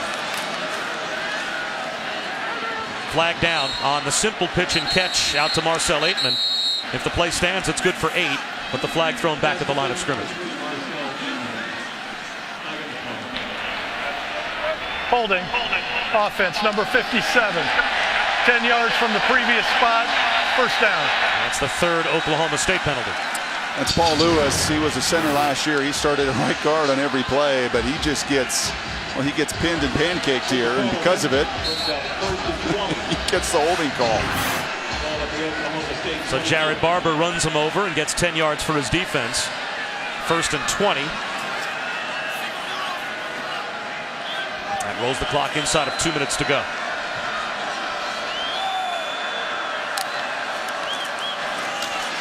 Rennie Childs hit behind the line. Maybe picked up a yard. Nick Kwiatkowski there to make the stop for the Mountaineers. Now West Virginia's got 2 timeouts left. Let's see if Dana Holgorsen uses one here. He's not going to use one before this second down play. He may after the next one. I think he is so perturbed and disturbed with his team and what he's seen. This is not in any way what he anticipated. And I think what's even most frustrating is there have been ample opportunities, Bob, to make some of the plays that this group has. He's not been able to do tonight. Oklahoma State's going to try and run out the clock, and now Dana Holgorsen will call a timeout with Chris Carson brought down after a gain of only a couple. So West Virginia still with 1 timeout left and 1:04 on the clock. And it will be 3rd down and a mile. Dana likes this group. I mean, he's been here 5 years, and he had a rough spot there about midway through. Inherited a pretty good team, won a lot of games with, won that Orange Bowl. Took a couple steps back, had to build this thing back up. But they're only playing 2 freshmen this year. That's it. And they're both wide receivers on the offensive side. You know, to me, that's a tremendous sign of some of the depth of what he wanted to do. Didn't go the junior college route the last couple years. He's developing these guys in the weight room. We've talked plenty about how much they want to run the football and differentiate themselves from other members within this conference. But penalties, giveaways, unforced mental lapses, the inability in simple one-on-one situations to play pitch and catch. He's going to have a lot to talk about in 20-minute intermission. Well, Dana Holgorsen was 10-3 in his first year, won the Big East and won the Orange Bowl. West Virginia has not been better than 7-6 in any of his successive years. J.W. Walsh in the game at quarterback now on 3rd and 17. Hands it to Carson. He's caught behind the line by Jared Barber. Quickly a timeout called with 58 seconds to go by West Virginia. And they will force Oklahoma State to punt.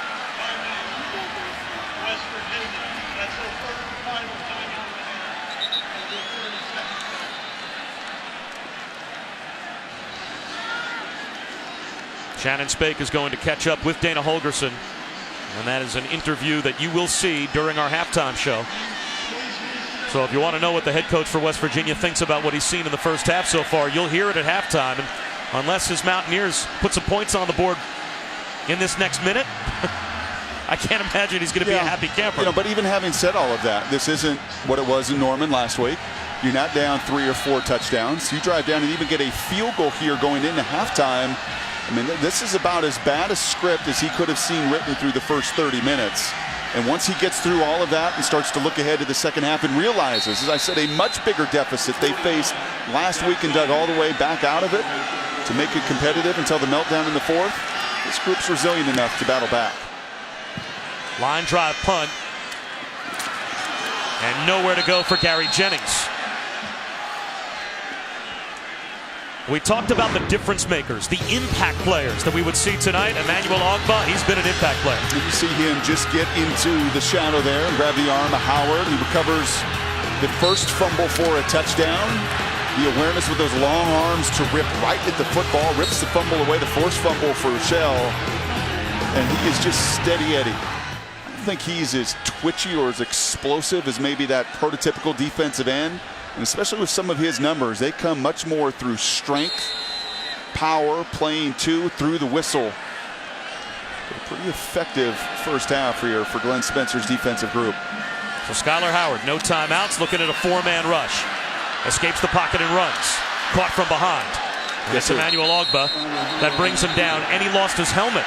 Well, that's big. He has to come off the field for a play. And you hear some cheers. The Mountaineer faithful not real pleased with Howard's first half. So William Crest, who you've seen out there in a variety of roles offensively, is officially the backup quarterback, so he'll at least take this snap on 2nd down and 3. By rule, there's a 10-second runoff. Please subtract 10 seconds from the game clock. And also because West Virginia has no timeouts left, so they can't avoid the 10-second runoff. So that drops the clock down to 33 seconds to go.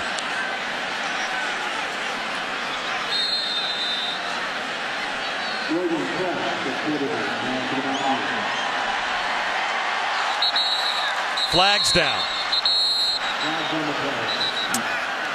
And that's going to be Pankey, the left guard.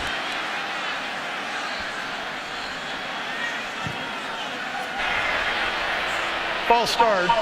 Offense number 57. By rule, there's a 10-second runoff. Please subtract 10 seconds from the game clock.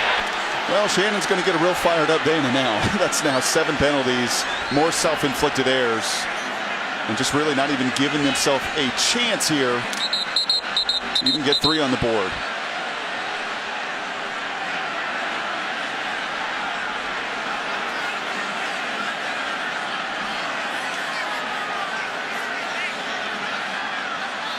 The point you made, though, earlier is one that he has to keep in focus. Worst case scenario, unless they turn the ball over here, it's a 2-possession game at halftime with everything that's gone wrong for West Virginia in the first 30 minutes. Crest slings it to the sideline, incomplete, with 5 seconds to go.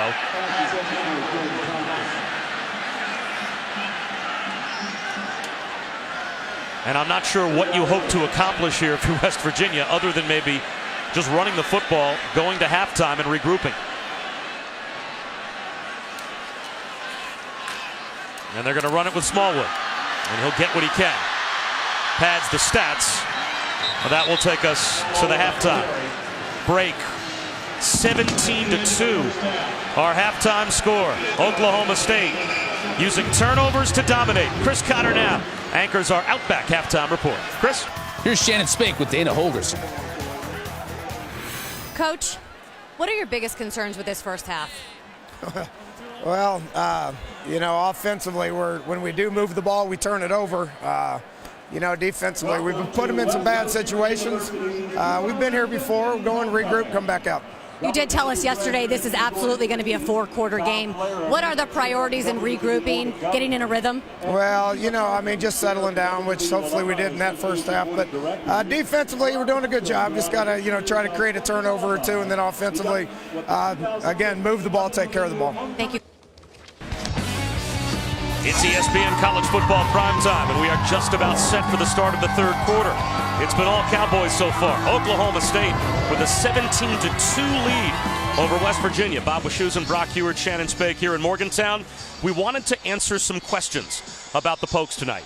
Have we so far, or are the self-inflicted wounds for West Virginia masking, again, what we may or may not know about Oklahoma State? Well, I think anytime you force 3 takeaways, and that's what that defensive unit did for Oklahoma State, you got to give them some credit. Sure, there were some self-inflicted errors from West Virginia in the very first one out the gate, where you got Howard and Smallwood banging into each other, but Oklahoma State has the effort to finish. Ogba being the difference maker, the impact player we thought he would be, forcing the fumble.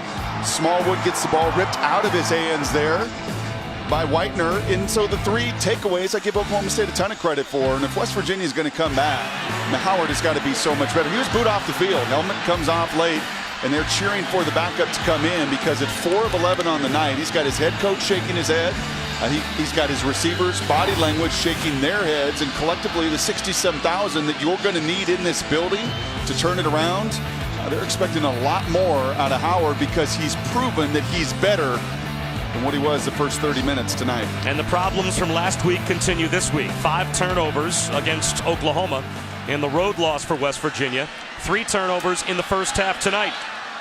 Here's Javon Durant starting the second half off with a pretty good return to the 34-yard line. Let's check in with Shannon. Well, Bob, this week Mike Gundy said we have to be able to run the ball better, and they just haven't been able to do that tonight. Only 43 yards on the ground. He told me coming out of the locker room, our offensive line has got to punch some holes open, let our run game develop. In the second half, he's going to continue to watch how Mason Rudolph develops. He's also going to keep his eyes on that defense. Pretty happy with the critical errors that they've forced so far in the first 30 minutes of this game. It's a fair point. West Virginia stopped the run in the first half. Only 43 rushing yards for Oklahoma State. But 4 third-down conversions for the Cowboys in the first half, Brock. All of them 3rd and 6 or longer. That's exactly right. But Mike Gundy knows for tonight in this season, he can't be as ineffective on the ground as they have been the last 2 weeks. 2.2 yards a rush to Texas, 1.8 last week at Kansas State, and just 2 yards a rush in the first half with 20 carries. Keeper for Skylar Howard to the 45-yard line. Can he turn it around here in the second half as Jordan Stearns makes the stop? Watching the Oklahoma tape last week, he was a different quarterback after he settled down after an errant first quarter. Tonight, it's a bad first half that he has to come back from. 12 passes, 27 runs. That's how you settle a guy down. Get him active in the run game. They want the screen here, and it is complete. Shell gets a block, runs a man over. And he's got a West Virginia first down to the Oklahoma State 43, a gain of 12. Mike Gundy knows that Dana's been, as a play caller, one of the best. He was on his staff at Oklahoma State in 2010 when they were incredibly effective. What is coaching one-on-one at halftime to settle a quarterback down? Get him involved in the run, find easy completions like draws and screens and bubble screens. So you see the QB run, the screen, trying to get his quarterback in rhythm. Another quarterback keeper. This time Seth Jacobs held the edge. Only a yard. Jimmy Bean there as well. And Skylar's not your prototypical zone read quarterback. They're going to be a little bit more of I think, a gap run team, a power run team. They've shown and displayed some of that. But Dana also knows to get this kid settled in. He's hyper. He's got some nervous energy. To get him settled in, not a bad idea to get him hit either. Swing pass to Wendell Smallwood, one-on-one in the flat, and a pretty good job by Jacobs to bump him out of bounds at the 40-yard line. It's a gain of 3, brings up 3rd down and 7. This is a big 3rd down, and Dana very successful, as I said, with Mike Gundy on his staff in 2010. He was heavy pass. He's been heavy pass early in his tenure, but that has turned around in a big way. Much more comfortable running the ball with this kind of personnel, but there you see how productive he was in that one season in Stillwater. With different weapons yes. than he's got on this offense. Howard on 3rd and 7. Steps up in the pocket. Lollipops it down the middle. Jump ball intended for Shelton Gibson. Incomplete. And now it's 4th down and 7 as Lampkin was there in coverage for Oklahoma State.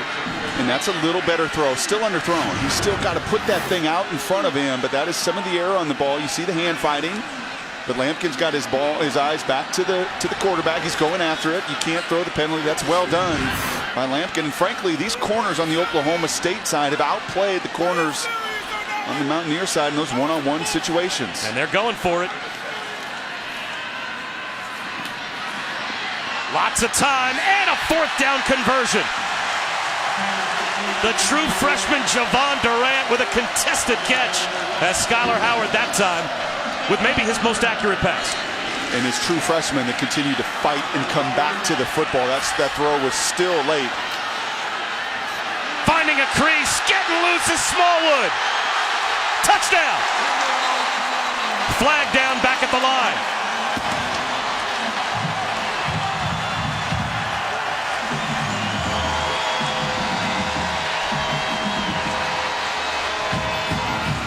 West Virginia went fast. Offside defense That penalty is declined. The result of the play is a touchdown. And they caught the Oklahoma State defense before they were set. Sure did. They didn't even have 11 guys on the field. The guy was running onto the field, and that's the penalty. And what an adjustment. Dana Holgorsen, as I said, is renowned in this sport for his play calling. He typically makes really good adjustments. He did a week ago on the road, and his team carried through, followed through, and has put themselves right back in the middle of this game, and maybe most importantly at home on a Saturday night. Got this hometown faithful involved as well. Josh Lambert makes it 17-9. Exactly what West Virginia needed. Maybe some confidence for Skylar Howard. Huge play. 4th down. Kept it alive. Third straight game, Wendell Smallwood has gone over 100 yards. His touchdown run makes it a 1-score game. West Virginia kept their 11 guys on the field, and Oklahoma State was not ready trying to substitute.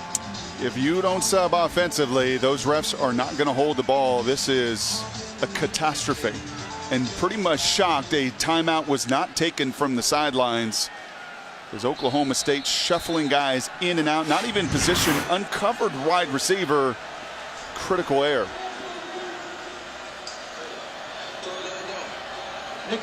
So Nick O'Toole will kick it off.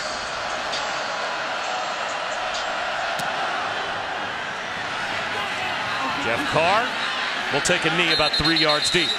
And an opportunity for us to take a look at this week's rankings. Brought to you by Goodyear. Here's the top 10 in the AP poll. Huge game, of course, coming up for Utah and Cal. And some scores that have caught your attention, Brock. Yeah, if you figure out college football with shoes, and let me know, okay?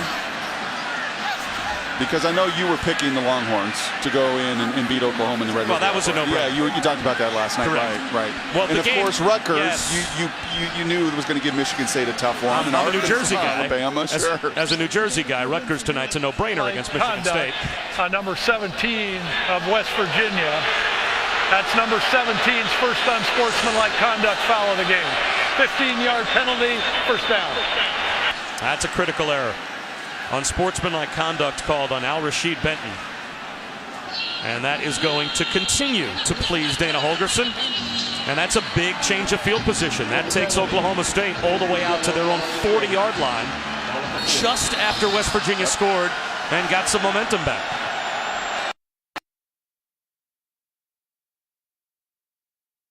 Play action. Mason Rudolph. Sideline. And it's intercepted. Worley, a diving pick. The Mountaineers have it right back. Well, that's big time from Darryl Worley. And remember, he was picked on in that first matchup with Aitman running by him with those deep balls. Well, not this time. Instead, Worley is watching the eyes. He's in that zone coverage, and he is feeling the outcut. Corners do have the eyes to have the awareness of what's going on, and then the feel of what's going on around them to jump around and make the interception. Big time play from Worley. Got to be careful as a young quarterback when you feel the eyes of those defenders. You better put it in a place where your guy gets it or nobody does. And Carl Joseph up in that booth so much wants to be out on the field helping his buddies, but has to love what he sees from Worley there. He had 5 of their 10 interceptions to this point. Skylar Howard wants to take a shot. Knocked away at the 5-yard line. They went downtown to Gibson, and Ashton Lampkin was there to close the distance just in time to knock it away. Well, give Mike Gundy some real credit. He knows Dana Holgorsen. We asked him this week, a Dana Holgorsen-led team does what? He said sticks to plan. And his plan was to run it and take his shots, and he's taken 2 or 3 of them every single quarter. The challenge or the issue for West Virginia, they've been unable to connect. And Mike Gundy's corners out there on an island, that Lambert that time making the play. Long throw to the sideline, incomplete. That one intended for Jordan Thompson. Pass intended for Jordan Thompson. Good coverage by Trey Flowers. The safety came over 3rd down and was there to knock it away. Now it's 3rd down and 10, and a chance after a turnover for the Oklahoma State defense to get a stop.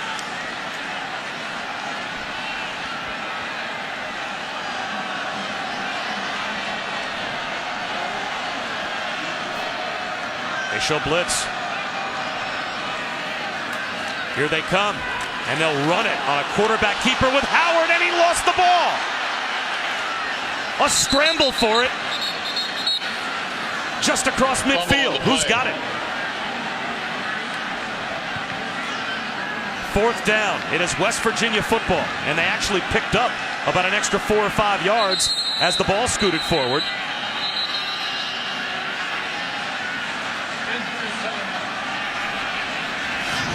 And that's William Crest, the backup quarterback, that's injured.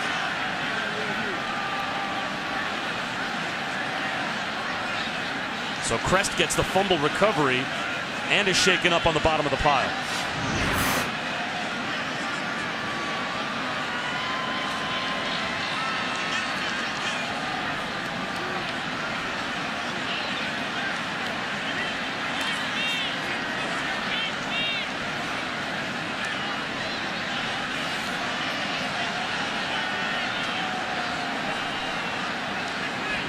Wonderful effort there from Crest, the redshirt freshman, who sees that happening all in front of him. And that's a want-to there. You absolutely, much like Worley on the other side was feeling those defenders around him. These guys have an awareness in space of what's going on, and he knows that pile is going to be falling right on him, but he digs it out. That's a massive fumble recovery. Huge. Because now you're in a position on 4th and 2.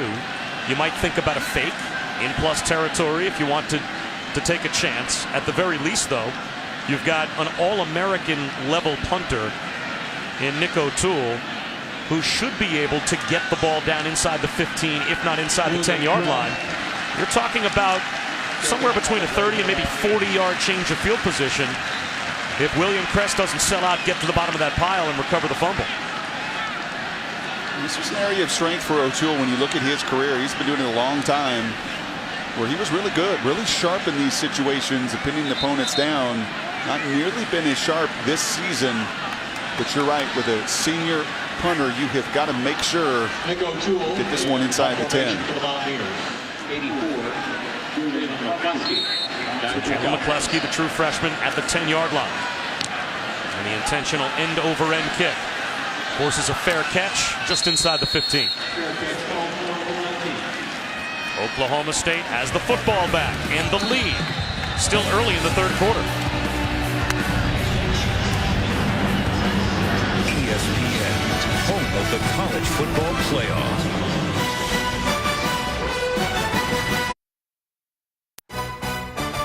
ESPN College Football, brought to you by Audi.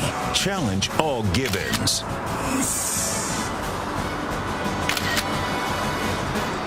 Taking selfies across the campus here at West Virginia. In Morgantown, I would have done exactly this. Well, like this young lady here. If I had cell phone selfie technology in school, you take a selfie in front of the library. Sure. Text it to mom and dad. And then you go back to bed.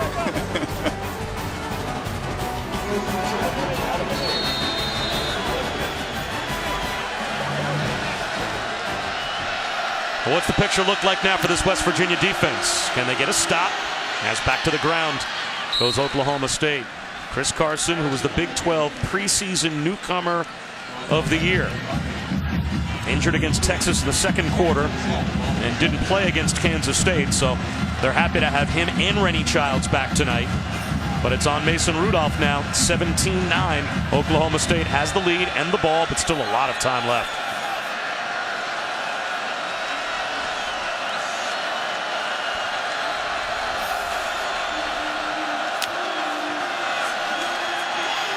Rudolph down the sideline. Flag out. James Washington got tied up with Terrell Chestnut.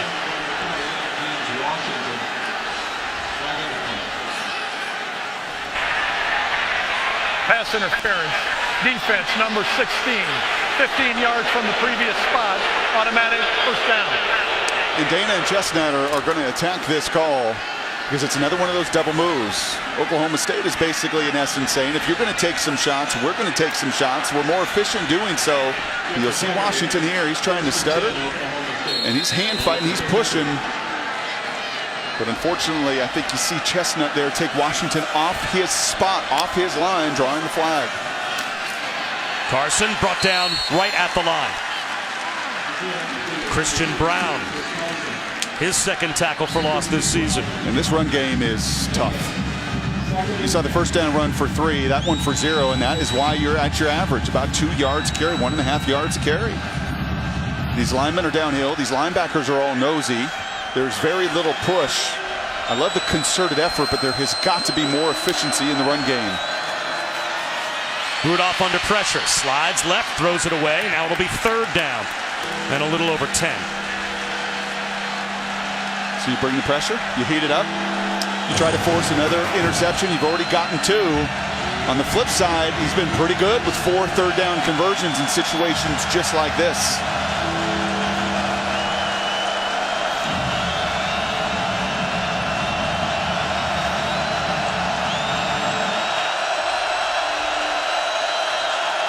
Looks like they're going to drop 8 here.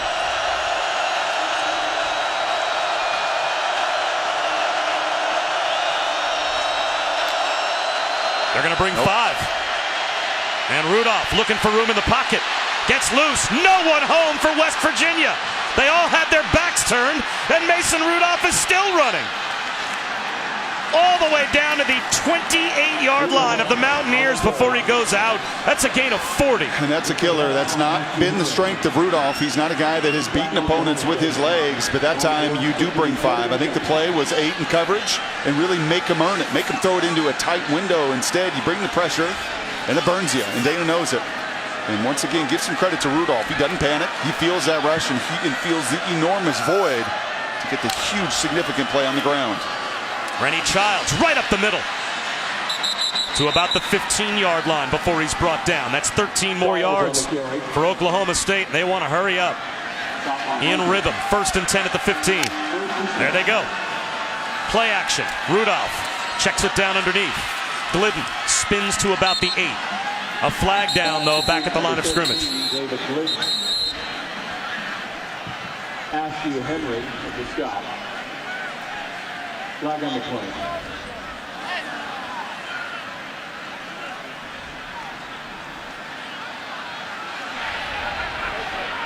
Personal foul, face mask, defense number 97, half the distance to the goal from the end of the run, 1st down.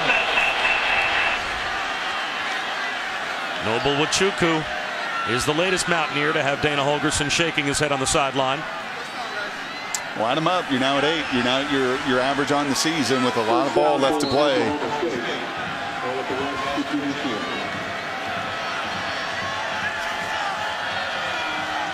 Rennie Childs is the tailback.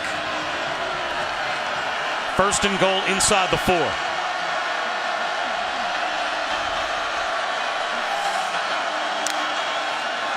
Rudolph lobs it. Jump ball in the end zone. Out of bounds. James Washington tried to get that right foot down and was forced out. It'll be 2nd down and goal. And now you're going to see Walsh come back in the game. Yep, the foot just out of bounds. And they make the switch, and here comes J.W. Walsh on 2nd and goal at the 4 to play quarterback.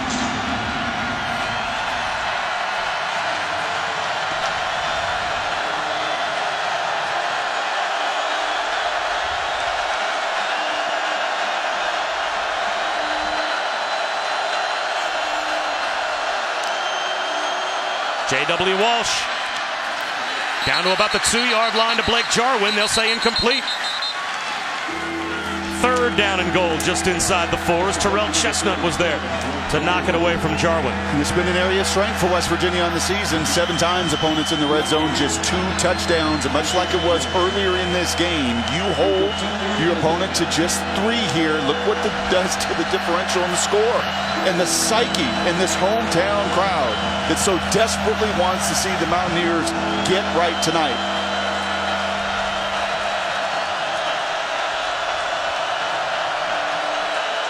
Diamond formation for J.W. Walsh on 3rd and goal. Play action. Into the end zone. It's there. That's a touchdown. Blake Jarwin got loose.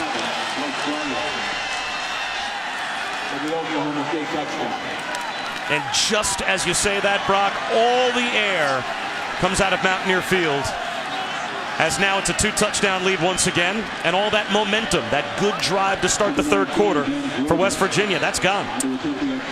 Wide swings of momentum, so much more so than the pro game. And you're feeling that all over college football today in that Texas-Oklahoma game, tonight with many of the other premier matchups, top 10 teams losing. Stemming that tide of momentum and emotion, such a critical aspect. Now you get a muff, though, and that evens things out, at least in terms of if you're West Virginia, maybe not having to go for 2 at some point. A muffed snap and no chance on the extra point. So the Cowboys settle for 6, but it's Blake Jarwin, the former walk-on, scoring. And it's 23-9.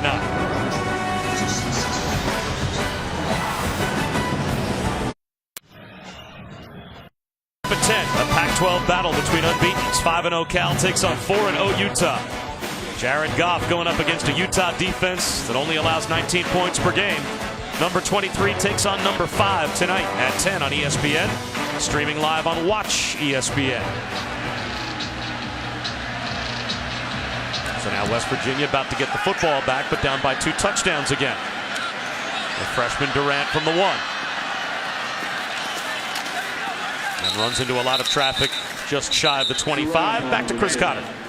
All right, Bob Brock, it's the trifecta. Let's start in New Jersey. Michigan State struggling at Rutgers. Leonte Carroo, reinstated earlier this week. He is by far their best player. His second touchdown of the day, so Michigan State trailing. Meanwhile, TCU trailing big time. Here's Joe Huebner, 35-17 right now. Cats, now it's 35-24. Watch out, TCU can score in a hurry. Third quarter. Coker to Calvin Ridley. You mentioned Alabama and Arkansas. The young freshman pulling this one in, so Alabama now back up on top, 10-7 on ESPN. Guys? Quick hitter, Skylar Howard finds DeKeel Shorts. He's got a first down. But Brock, listening to those scores that Chris Cotter just gave us, you're right. Make sense of college football. You can. Yeah, you can. I think you just begin to understand Oklahoma, Texas, maybe as much as anything. These are 19 and 20-year-olds that are going to class and spend 20 hours a week in football. And you have such wide variance, so much more than the NFL game, I think, because of that. Don't look now, but Skylar Howard is starting to play much more like the quarterback he was in the second quarter and beyond last week against Oklahoma, as he is starting to get more accurate and get into a little bit of a rhythm. Read option here, and he gives it to Wendell Smallwood, and Smallwood spins for a first down. Well, what you see on those first 2 completions is, I think, more of his game. Playing between the tackles and taking deep drops and throwing deep comebacks and corner routes and go routes. Not as good as he is just getting the ball out of his hands and getting it out quickly in those short and intermediate routes. Well, again, what got lost in the shuffle on that last possession, we spent time talking about the touchdown run by Smallwood, and the fact that they caught the Oklahoma State defense napping was the 4th down pass from Howard to keep the drive alive. Long throw to the outside here to Shelton Gibson. And he fights his way for about 5 yards. So the last time before this drive that Skylar Howard was on the field, he delivered a strike on 4th down. Maybe he brings that confidence back into the game now. And maybe we're starting to see a different quarterback.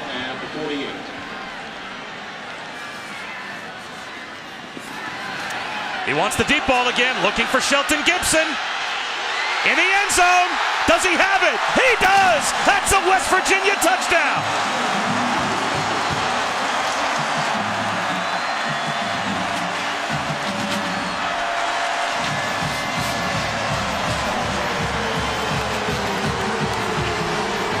Well, there's a conviction and determination to keep taking these shots. And what I love here, this is teaching tape from Gibson.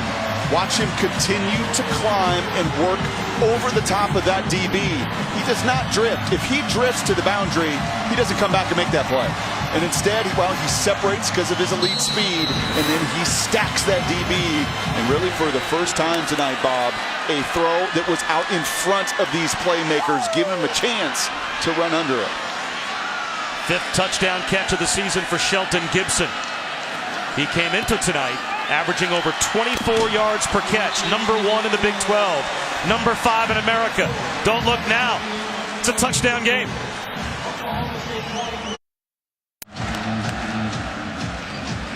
Week 5, Monday Night Football, 8:15 Eastern on ESPN. Le'Veon Bell, the Steelers take on Phillip Rivers and the Chargers.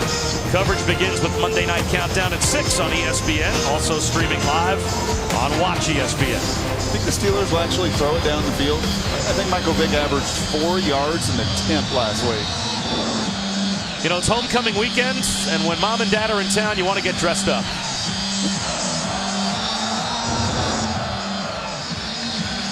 And that right there, yeah, that's a good look. And that's water in the boot, right, Bob? Right, absolutely. Yeah.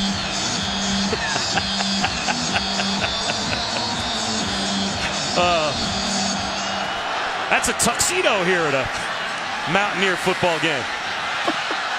Thinking about it, coming out, and now he has to move forward. His car. That's a mistake by the freshman.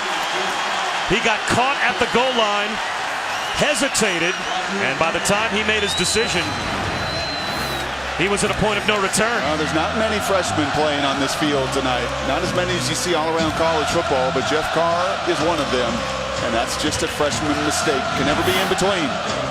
Got to have great conviction when you're returning those kicks. And now he's put his pokes at the -10 and overalls and all jumping around.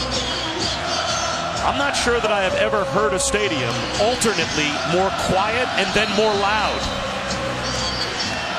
That's and better dressed.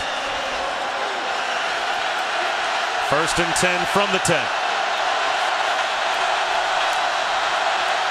Play action for Rudolph. Forced to throw it away. Pressure coming from Wachuku. Well, this is what we expected. We've been told plenty of times about a Saturday night in Morgantown. And now for the first time really all night, you're starting to feel it.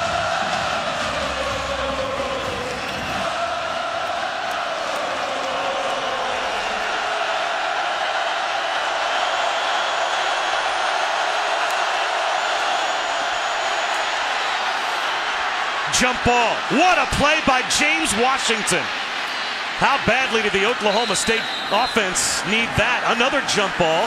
Mason Rudolph just letting his receiver go make a play. Coordinator's job is to get his guys in one-on-ones. Your job as a player is to win it. Aitman's done it twice. Washington adds to that resume reel as well. Boy, sophomore quarterback loves to see veteran guys on the perimeter getting it done on the other end when he gives them a chance. And a sophomore receiver picking up 22. Carson stood up after a gain of a yard. Darian Howard on the tackle. Gosh, there is just no push. None, and this has been now 3 weeks in this run game. You'd love to try to have some semblance of balance. You don't want to put it all on your young quarterback, especially on the road in a hostile environment.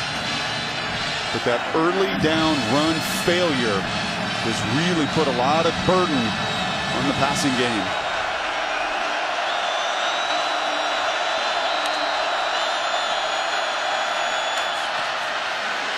Rudolph finds Glidden. And there's a perfect example. That's the right read and the right decision. If you just get 2 or 3 on first down, stay on schedule. And then you can throw a 3 or 4 little option route or slant, and all of a sudden you're looking at 3rd and 3 instead of some of these 3rd and 5, 6, 8, 10 that this offense has been in because that early game or early down run has been such a struggle. They're sending Glidden off the field. I'm not sure if they're saying that his helmet came loose and maybe he's forced to leave the field because of that, but the officials are waiving David Glidden, who's probably about as trusted a receiver in this spot for Oklahoma State on 3rd and 5 as they have.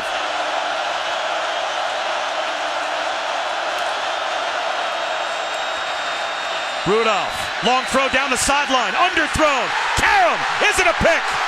On the deflection, Nick Kwiatkowski, he's got the interception.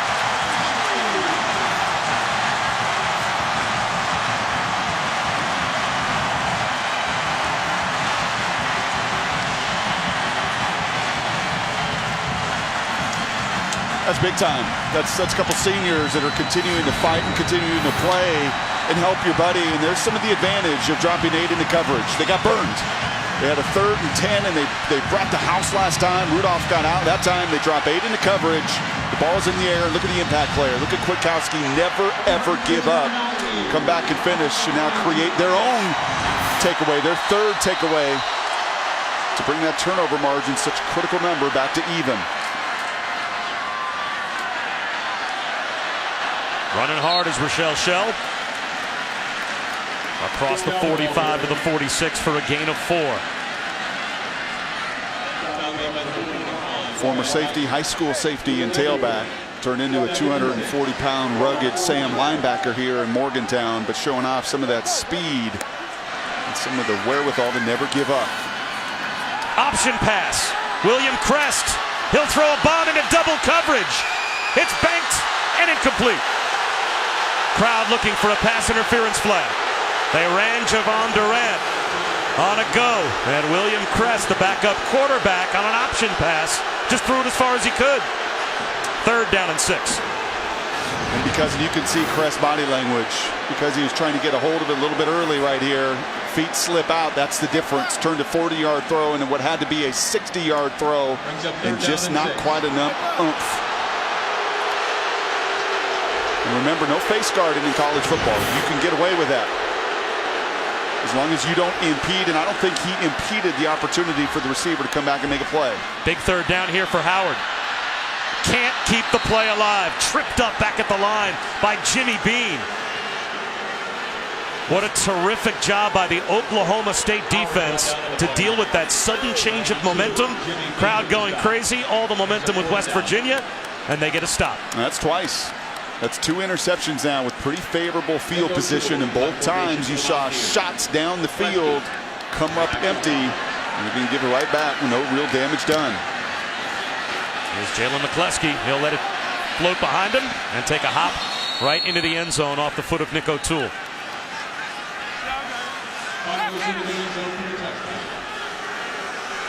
4:47 to go in the 3rd quarter. Still a touchdown game. And again, coming up at 10.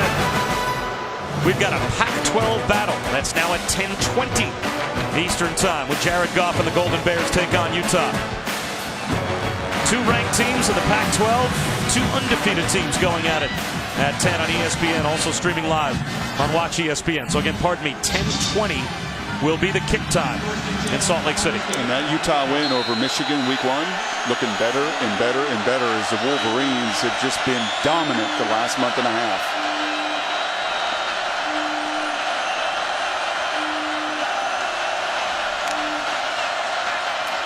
Rudolph floats one up the seam, and it's dropped.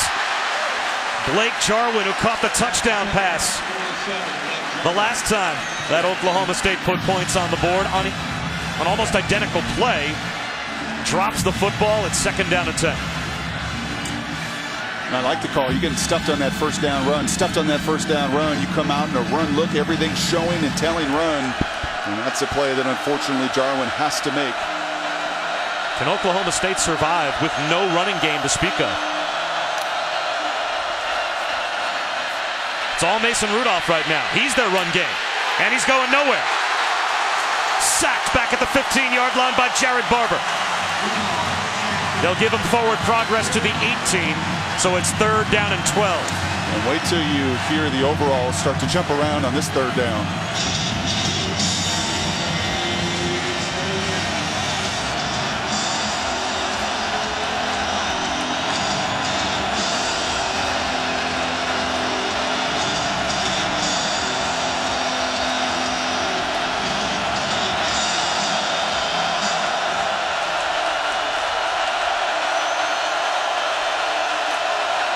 This time they rush only 3 on 3rd down. Rudolph has to dump it off to his check down and Rennie Childs. He's not going far to the 24-yard line. So Brock, the opposite philosophy from the last time they got burned on 3rd down.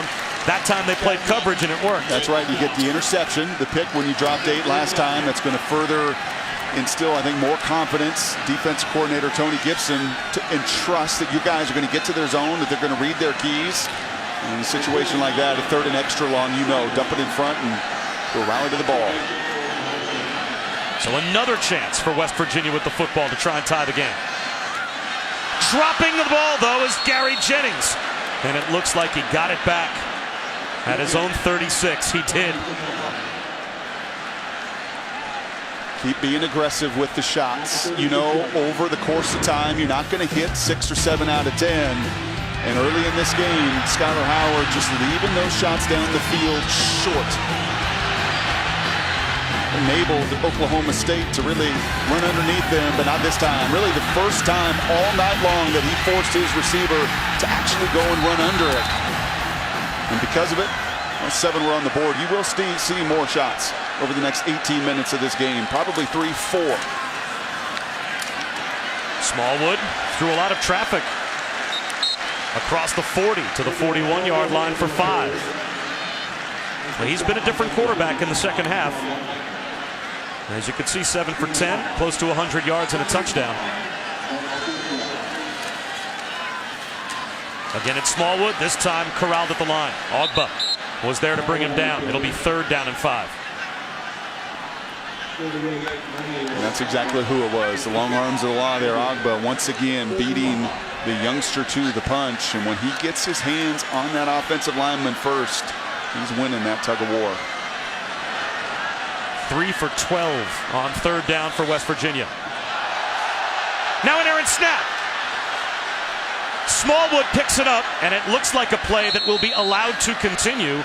The ball was snapped, and it looked like Oklahoma State had a player in the neutral zone at the snap, and a flag has been thrown as a result.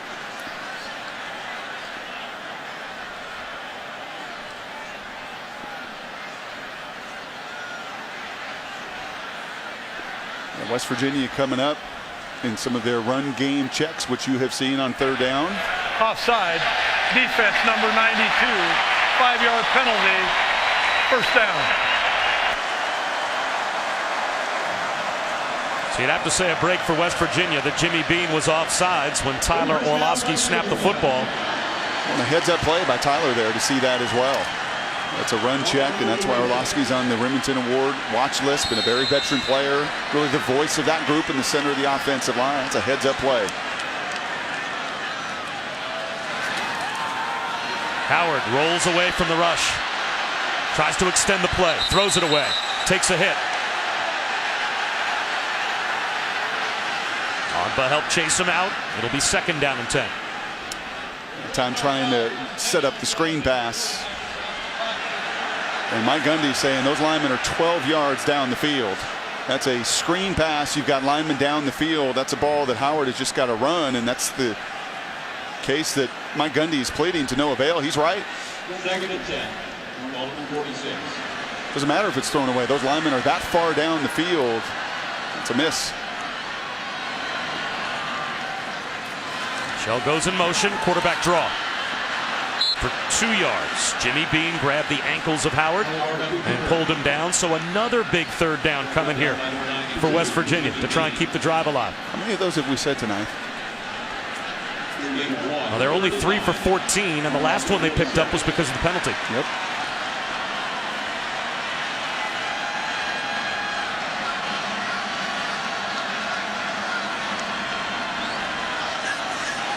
Like Oklahoma State is trying to give that look of dropping 8 into coverage as well here. Not often we've seen an empty backfield. Quarterback draw again. Howard up the middle. He's got a 1st down and more. Spread the defense out, let the quarterback run, and a huge 3rd down conversion for the Mountaineers.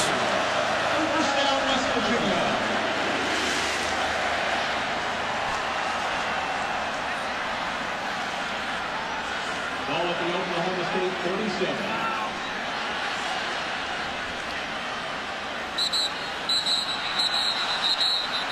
False start will make it 1st and 15.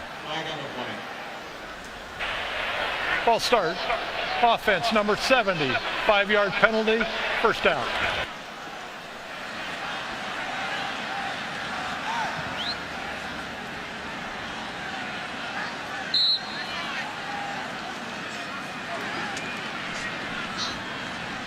Ten penalties for 92 yards for West Virginia.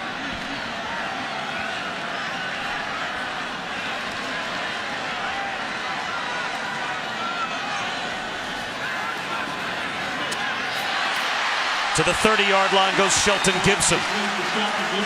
That's a pickup of 12 on 1st and 15, and they want to hurry up. No substitution for West Virginia. So no time to set for Oklahoma State. Breaking tackles his show. And he fought for a yard. Another third down coming. Third down and 2.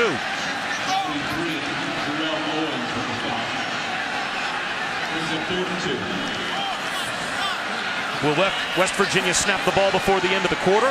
Or will they regroup and head to the 4th? All dependent, I think, on the look, Bob, that they're going to get here before snap. If it's a look they want. And right now, I think you're going to get back. You're going to get on that sidelines. You're going to get to the right critical call to begin the 4th quarter. And I think that was the word from Dana Holgorsen to his quarterback. Back up. Don't snap the ball. Let's head to the 4th in a 1-possession game. Start of the 4th quarter. A 1-possession game. An odd way that we have arrived at 23-16. West Virginia with only 2 points in the first half, but scoring 14 in the 3rd quarter. And they've got 3rd down and 2 inside the 30-yard line of Oklahoma State to start the 4th quarter. Skylar Howard, Brock, we've talked about it. He's been a much more confident quarterback in the second half, and his team has a chance. 3rd and 2 for the Mountaineers.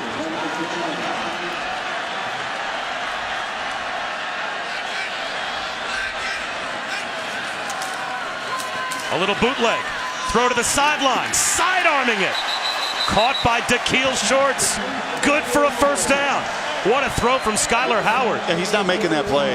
And that's Ogba down, unfortunately. He's not making that play. Not even close in the first half of this ball game. But you see when your back's up against the wall, and you hear those hometown fans booing you. They go right before first half. He gets knocked out. His helmet's off. They're booing him. You can see Ogba is there chasing.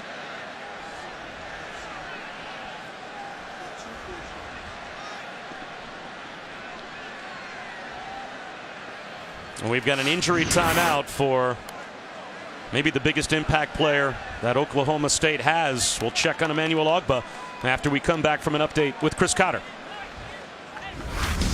All right, Bob, Brock, let's get you caught up on what happened in Oregon. I mean, we're talking about Washington State here in double overtime. Luke Falk to Robert Lewis for the score, and they held on to beat Oregon. And meanwhile, TCU and Kansas State, you mentioned TCU fighting back in this one. It's Aaron Green with his 2nd touchdown of the night. It's 35-31 right now. K-State on top in the 3rd. We've got an interesting game here, Chris, between Oklahoma State and West Virginia. 7-point lead for the Pokes. But a 3rd down conversion a moment ago keeps this drive alive. And here's Skylar Howard losing a yard. Read perfectly by Jimmy Bean. Got some help from Darian Daniels. 2nd down and 11 with Ogba off the field.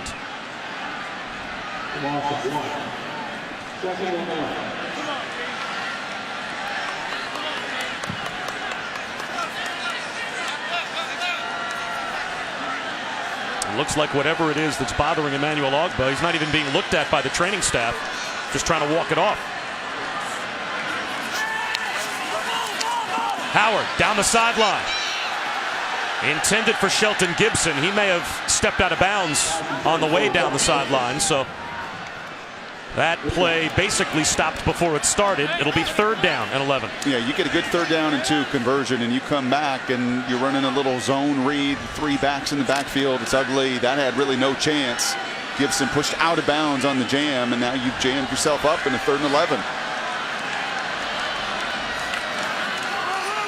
Hand off to Shell. It'll be 4th down near the 20-yard line. And I'm not sure if he picked up enough yards for Dana Holgorsen to think about anything other than a field goal here. And that's exactly what he will do. So Oklahoma State holding on to a 7-point lead. West Virginia will try and cut it to 4 with Josh Lambert. In less than 40 yards, you're looking at 31 and 33 in his career is Lambert. One of the good ones in college football. From 38 yards away to make it a 4-point game.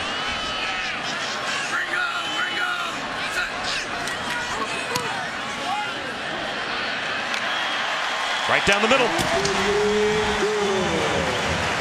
So Oklahoma State still with the lead, but West Virginia draws that much closer.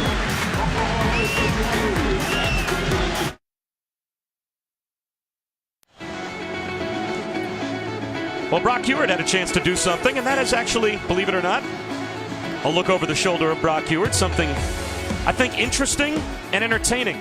I'm sure for you, an educational Wednesday in Dallas when you and many other ESPN analysts were brought together, and you had an opportunity in a mock setting to play selection committee and get a look behind the curtain on what it's like to be in that room and decide who makes the playoff. I think incredibly informative, to be honest with you, and to really get a chance to sit down with Bill Hancock and Jeff Long, the acting head of the committee there, and to really go through the entire process as they will here in just a couple weeks.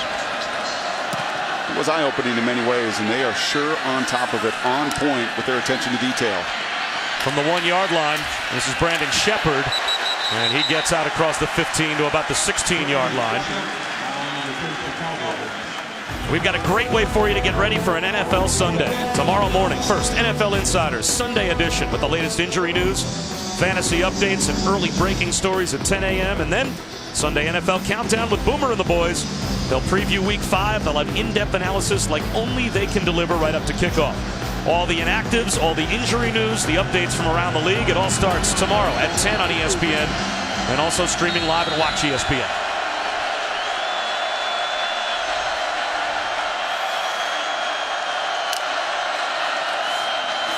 Chris Carson caught from behind. It looked like he had a lane. It looked like he might escape. Darian Howard said no. Only a gain of 1.5 yards. Oklahoma State on their last 5 possessions. A punt, an interception, a touchdown, an interception, and a punt. And you take Rudolph's run on a 3rd down where they blitzed and he got out the gate. You take his long run out of it. Almost every single run has looked exactly like that 1st down opportunity, 2 yards or less.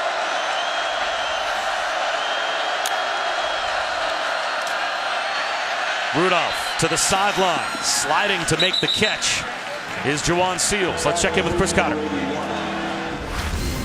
All right, Bob, let's update you on what's happening in New Jersey. L.J. Scott with the 1-yard plunge for the Spartans. They've taken the lead by 3 with 9 minutes left to go in that one, the 3rd quarter.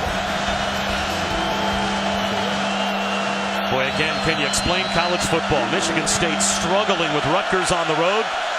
And Oklahoma State trying to hold on here at Mountaineer Field. 3rd down and 4. Rudolph over the middle. Knocked away. The coverage was there from Jared Harper, who's filling in for the injured Carl Joseph. The redshirt junior, who has always been a part-time player. Thrust into an important role tonight. He makes the play there. He sure does. A little surprise there. The Rudolph did not go to Glidden. Usually his go-to guy, the leading receiver on this team. In fact, open on a little out-breaking route. Decided to go over the middle, incomplete. Fielding it on a hop is Gary Jennings. And goes down at the 30-yard line. Plenty of time left. A 4-point game here in Morgantown.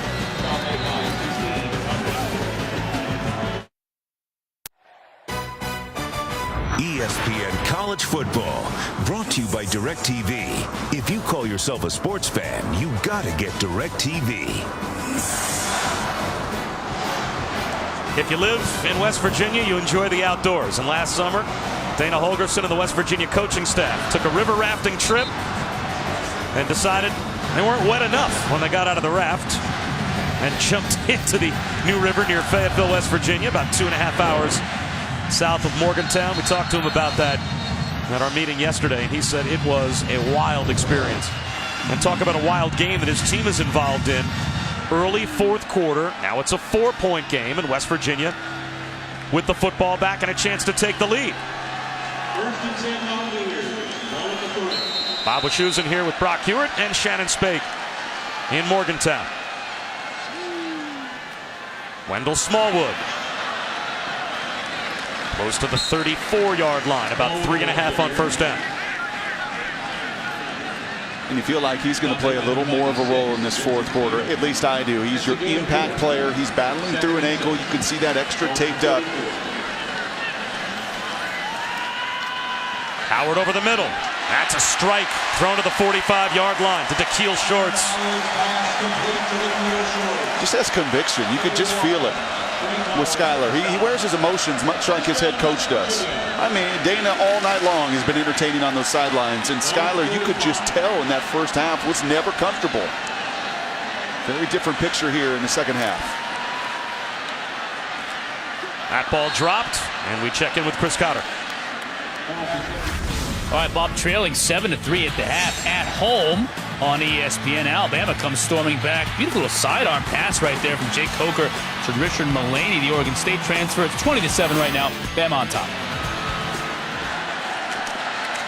Wendell Smallwood with this carry to the 50-yard line. A pretty cool visual. All the flashlights on the cell phones have been turned on by the Mountaineer fans. Shedding a little more like the stars are out here at Milan Puskar Stadium. 3rd down and 5. Howard runs out of bounds at midfield. So now it'll be 4th down. Mote Mile pushed him out. 4th and 5 from right at midfield. And here comes the punting group. And there went the headsets once again for Dana. He puts them on when they're on offense. He wants to know what's going on from above. He's got his eyes up in the press box. And lots of frustration. Just a very uneven game, as choppy and up and down game as we've called this season, Bob. A war of attrition between Oklahoma State and West Virginia with 10:38 to go in the 4th quarter. Oklahoma State has it back with the lead once again.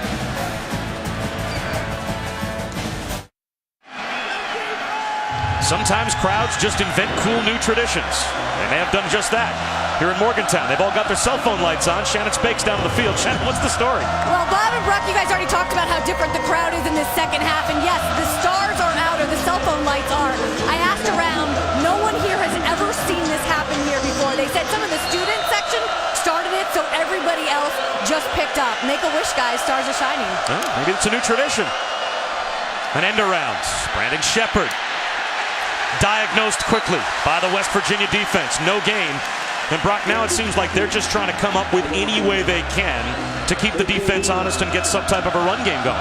Well, you take out the 40 yards of Rudolph, you're looking now at 28 carries. 28 other, they've been committed to it, but 28 other carries averaging just over 2 yards. Hard to play winning football on the road with that level of efficiency. And yet they're still winning by 4. 2nd and 10. Rudolph in trouble. Flips it to Rennie Childs, who gets loose. Great little touch throw from Mason Rudolph. And West Virginia can't bring down Rennie Childs. Carrying tacklers all the way out to the 46-yard line. And that's really been the difference. It's been the explosive plays. It's what killed the West Virginia defense last week at Oklahoma when they climbed all the way back in the game. It was big, explosive, 20-plus yard plays. And that's exactly what Oklahoma State gets. Here's a handoff. This time Childs is brought down after a gain of 2. Now, we've seen this before with teams that go up-tempo all the time. When do you get to the point where you start to manage the clock and say we're winning? In the 4th quarter, it may not be the best thing in the world to snap the ball with 20 seconds on the play clock. 4-minute drill. What we saw and have seen earlier this season with some of these tempo teams. Not with 9 minutes to go. You're doing everything you can to get another 7 on the board. Raymond Taylor in the game now at tailback. Empties the backfield. A jump ball. Fought for. Brandon Shepard. Did he pull it in? No. Incomplete. Got tied up with Darryl Worley, and Worley came down hard. He's hurt.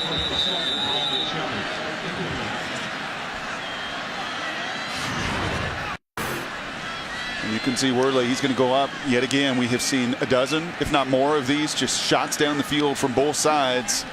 Unfortunately, all of Worley's momentum is going to hit on that back in the back of the head as he fought to rip that incompletion.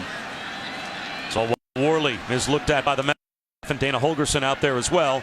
We go back to Chris Cotter. Out to wrestle control from Arkansas, but they're doing it right now at home. Derrick Henry is taking it over, taking this one in from 1 yard out. It's 27-7 right now. Bama on top over on ESPN. All right, Chris, thanks very much. Good to see Darryl Worley up. And maybe just the wind knocked out as he is able to walk off the field. So a critical 3rd down and 9. Close to midfield. As long as West Virginia does not surrender more than a field goal, it would still be a 1-possession game, but now they have a chance to get a stop and get the ball back. Feels like you're going to rush 3.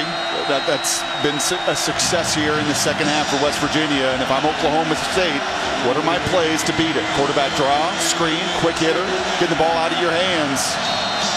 Typically those longer developing plays are the 3.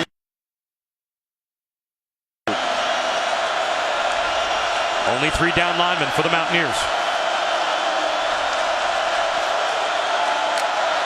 It is only a 3-man rush. They play coverage. Rudolph into traffic. Knocked away by... Took it away from Brandon Shepard. That's such a good play. Those are the safety instincts. It helps when you play this scheme and you got a bunch of guys that were former high school quarterbacks and safeties that have grown up into 230-pound linebackers, much like Worley's earlier interception. That was all about having an awareness of what's going on around you and then feeling that receiver at the last moment to jump in and make the play. Now Dana Holgerson drops a senior back to receive the punt. KJ Dillon waves his teammates away from it. Rolls to the goal line. Doesn't roll in the end zone. And it looks like they'll say touchback.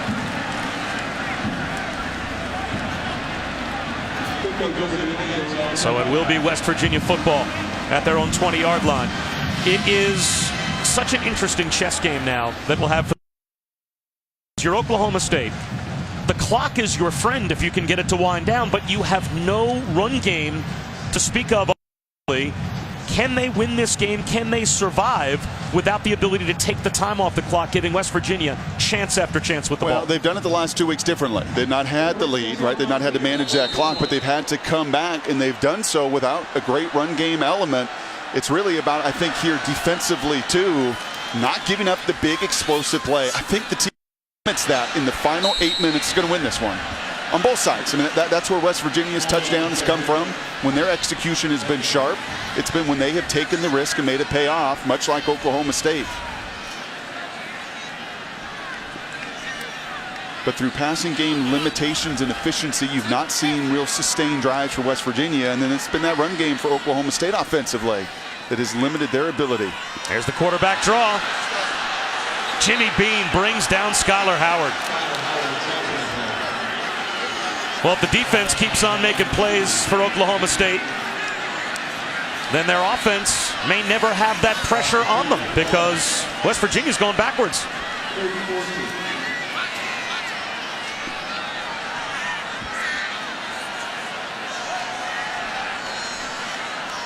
Third down and 14. 4-man rush. Howard over the middle. That's intercepted. It's picked up by Devontae Averett. He breaks a tackle. Averett down to the 11-yard line.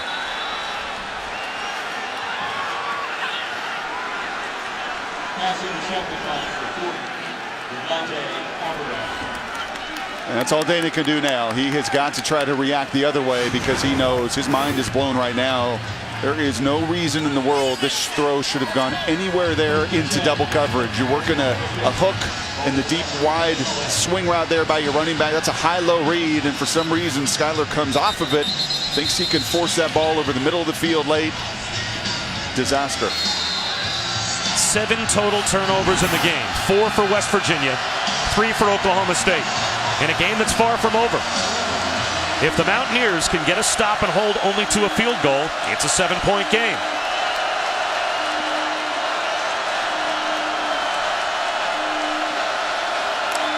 J.W. Walsh in at quarterback, gives to Rennie Childs to about the 10-yard line. And I'm sure there's Oklahoma State fans watching this and just pulling their hair out on these early down runs saying, why in the world? It's 0, it's 1, it's 0, it's -1, it's 2. Why are you continuing to stick to that? Well, it's because you see the play action pass off of it. It's because you need to, and they have drawn some of their big play pass down the field off that early down run.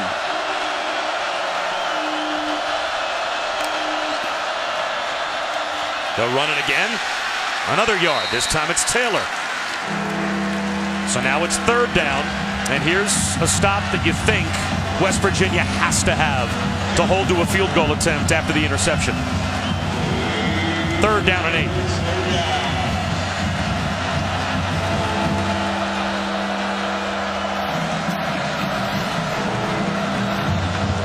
Where's Aitman? Where's Glidden? Where are the guys who have been most productive this evening winning these kind of battles? And Mason Rudolph back in at quarterback on 3rd down and long. And Aitman to the very bottom of the screen. Rudolph to the 5-yard line. The catch made by Glidden, but that's the stop with Darryl Worley back in the game, making the tackle that West Virginia had to have. That's a great job by the Mountaineer defense. It sure is. It was the inside guys early on that 1st down run getting off blocks. On that 2nd down run, it was Kwiatkowski just beating cleanly. Veach trying to block him off the edge. And once again, those early down runs have made this offense so difficult for the Cowboys. So what seems like a chip shot for Ben Grogan to push the lead back to 7. And it's good. West Virginia still has a chance, but Oklahoma State leads by a touchdown again.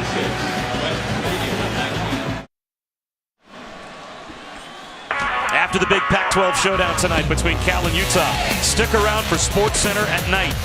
Catch a full recap of the day in college football. All the highlights from a busy day and night in the MLB postseason as well. SportsCenter at night kicks off when Cal-Utah ends on ESPN and streaming live on Watch ESPN.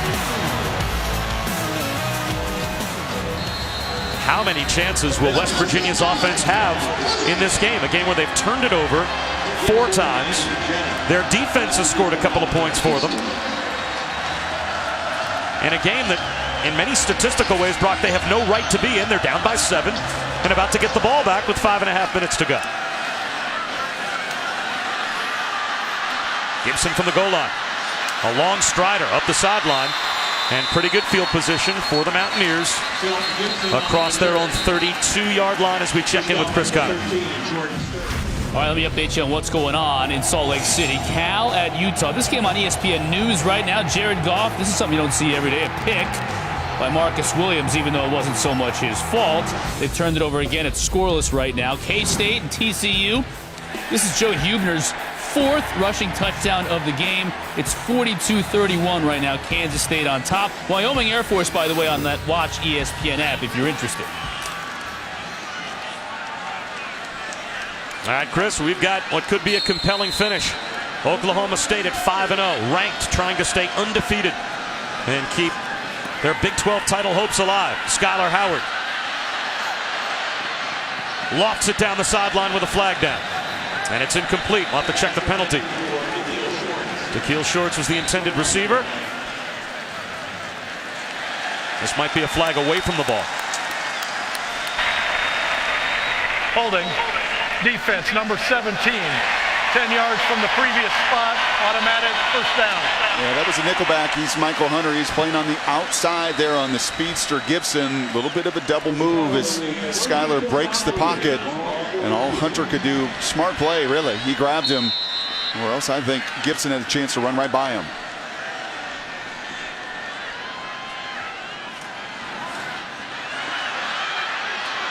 Howard felt the rush and finds one underneath to Shelton Gibson. That looked like pretty calm, cool, and collected play from the junior Skylar Howard in the pocket. Felt the rush, stepped up, and got the ball to midfield. He just may be a guy that operates better in adversity.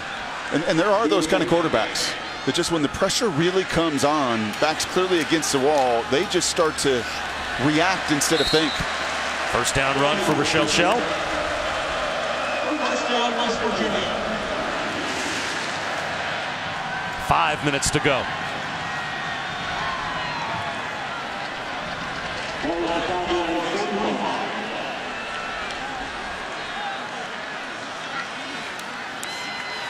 Quick hitter into traffic, broken up. Intended for Da'Keil Shorts. Read well by Trey Flowers.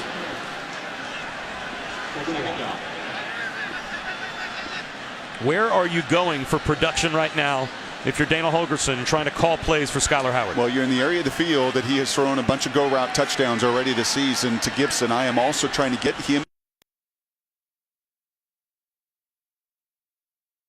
multiple progressions. He's shown me tonight through 3.5 quarters. It's been a trouble spot. Gets his team set with the play clock at 6. And they'll run it. Russell Shell picks up 8.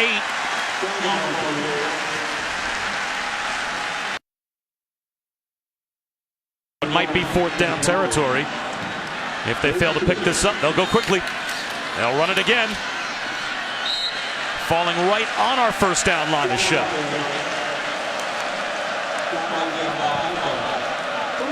And without measurement, they say 1st down West Virginia.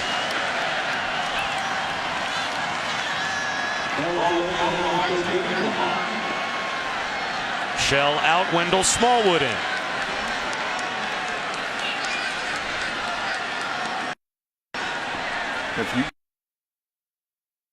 One of those situations when Dana's over there looking at the defense and trying to configure.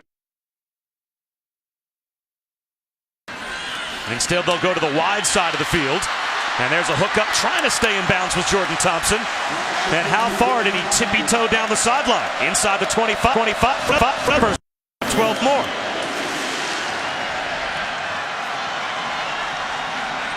Pretty good.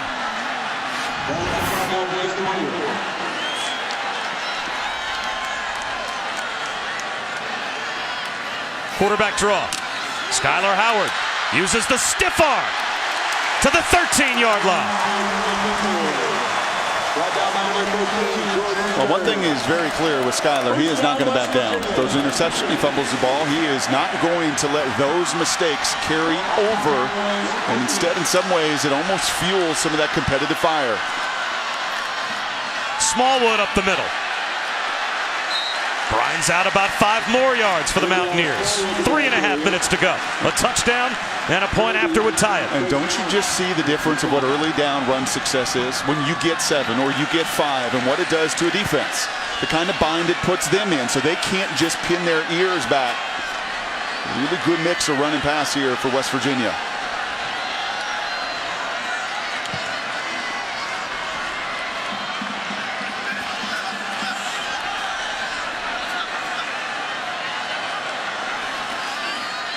Smallwood again. He's got a 1st down at the 3. 1st and goal for West Virginia.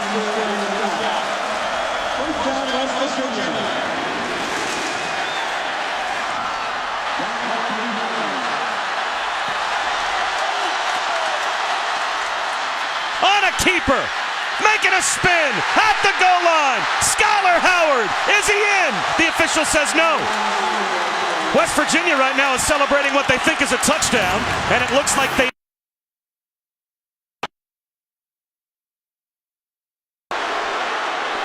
Stern's the leading tackler. That looks like it might be a touchdown.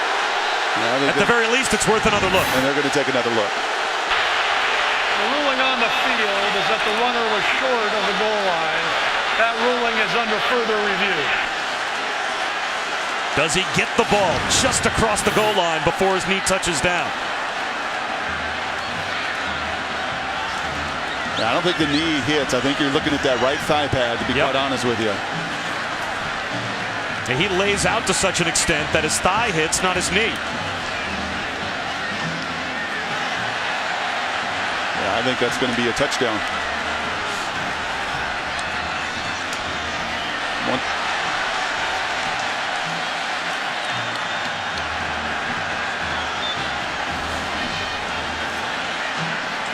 And we saw earlier that that knee was not down. It was the thigh that was the first part that was going to be down.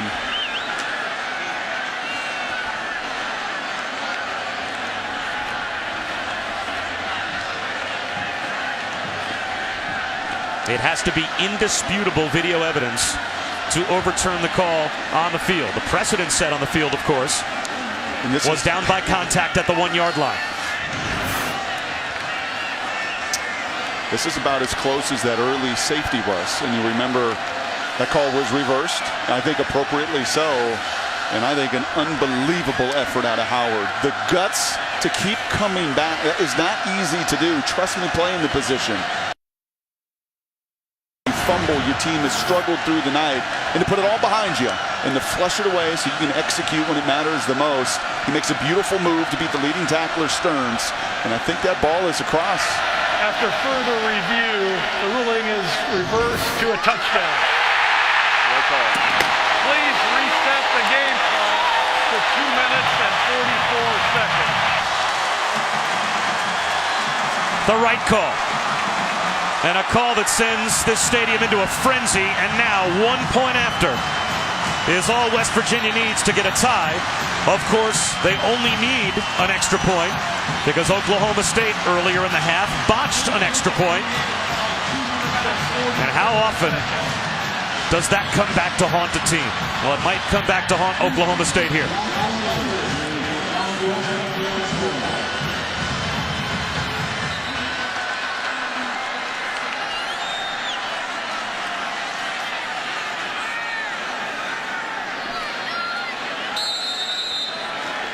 Here's Josh Lambert for the tie.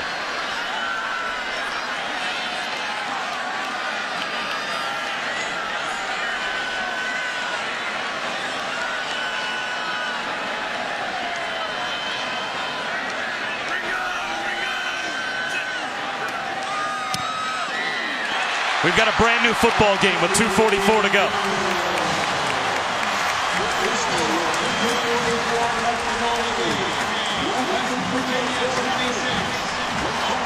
West Virginia converts their point after. Of course, earlier in the half, and who would have known at the time that this would have been as crucial as it is, but Brian Reber, the holder, with the muffed snap. And that botched extra point made it only a 7-point game, and as a result, Skylar Howard and West Virginia didn't have to go for 2. In as much guts as Skylar has shown on the other sideline, Mason Rudolph has to have a tremendous amount of confidence. He doesn't care how many push-ups the Mountaineers doing. In the back of his mind, he is thinking, been here, done that. And so have you been, Grogan. You have already made 2 game-winning field goals in the final minutes of games for Big 12 victories this year. And if you're Mason Rudolph, this is your time to shine. You're out on the road. You've thrown 3 picks as well. You've got to have the same resolve as the competitor across the sidelines has shown tonight. You're right. This is exactly where Oklahoma State has been 3 different times this season, but the last 2 weeks in Big 12 play.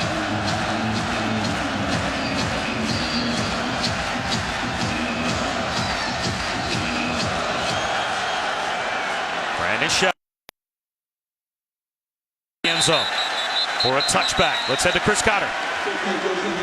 All right, guys, your game is close as it can be in Morgantown. It's getting closer in Tallahassee as well. Canes and Knowles over on ABC. That's Brad Kite to Joseph Yearby. Yeah, you got to cross. It's a 3-point game. Meanwhile, over on ESPN News right now, Wyoming at Air Force.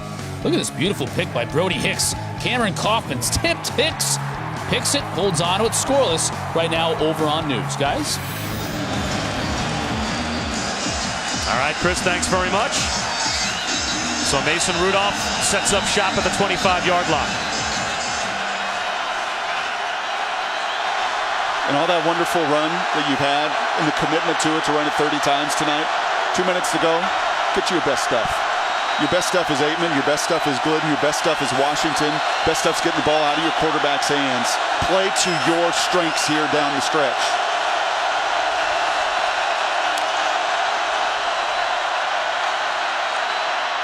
And a good start with a flag down out to the 40-yard line. A gain of 15 to Brandon Shepard if the play stands.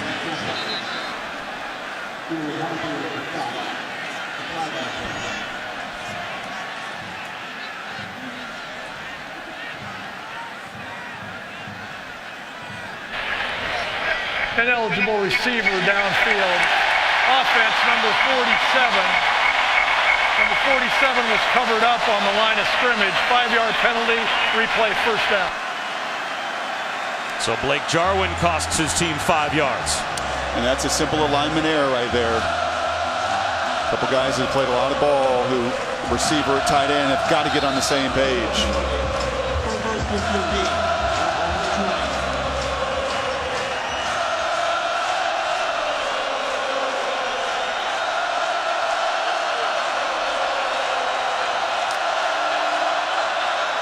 Quarterback draw.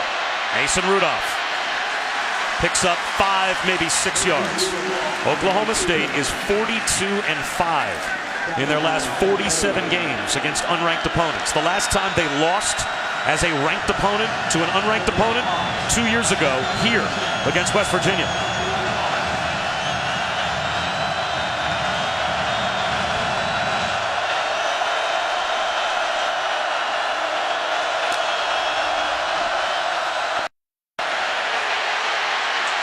Rudolph keeps the play alive. He hits Blake Jarwin out to the 42-yard line. Composure from Mason Rudolph. Well, you saw it earlier. That's how he beat Texas. He broke 2 tackles, had his eyes down the field, never lost his cool to throw a touchdown pass. In that game, in a hostile environment, wonderful job of avoiding the rush and then having the wherewithal to keep his eyes down the field. 3-man rush again for West Virginia. Rudolph, high throw, and it's almost intercepted. David Glidden looks like he was the intended receiver, but that ball sailed on Mason Rudolph with 1:24 to go. And Rudolph catches a break. That's nearly his 4th pick on the day, and typically when you overthrow in the middle of the field, that's been Carl Joseph this year that's been on the receiving end of 5. He's out for the night, already 3 picks. And Rudolph very fortunate there on first down. Play clock at 10. See if Mason Rudolph realizes it. Play clock down to 4. Now he wants the ball. And now a timeout was called by Mike Gundy from the sideline before the snap. Well, we talked about this being the position that OSU has been in the past couple of weeks, and they've come through. Now, they needed some help 2 weeks ago when they took on a Texas team that did all they could at times to help them, but still, 2 field goals by Ben Grogan in the last 2 minutes. Beat Texas 2 weeks ago, the game winner coming late in that game. And then Joe Huebner with a touchdown run put Kansas State up with 3 minutes to go last week, but with 32 seconds left, it was Ben Grogan again. That turned out to be a game winner, a 2-point win. So he not only has 2 game-winning field goals the past 2 weeks, but he had 2 kicks in the last 1:33 against Texas. 1 to tie, and then the game winner. So his last 3 field goals coming into tonight were all big-time pressure point kicks, and he made them all. And in this case, you know you're going down to win. The game is tied. So you're just, his heart rate, I bet fine. 3-year starter, been here, done that. And it's just hoping like mad that that ball can get down to about the 30-yard line or so he can have it in position and be in position to be a game winner once again.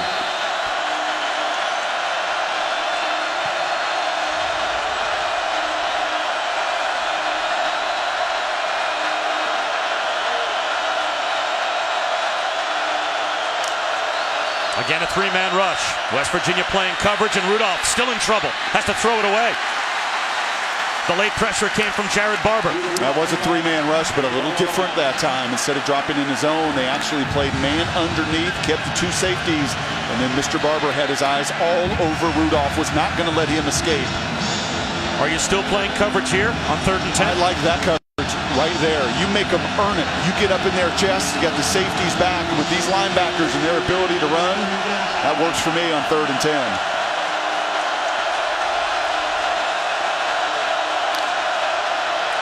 West Virginia does rush 3. Rudolph has time as a result. Now the pocket starts to collapse. Looks downfield. Throws it up the sideline. Coming back to make the catch. Up against the sideline is David Glidden. But they say out of bounds. He didn't have complete control of the football. Let's take another look.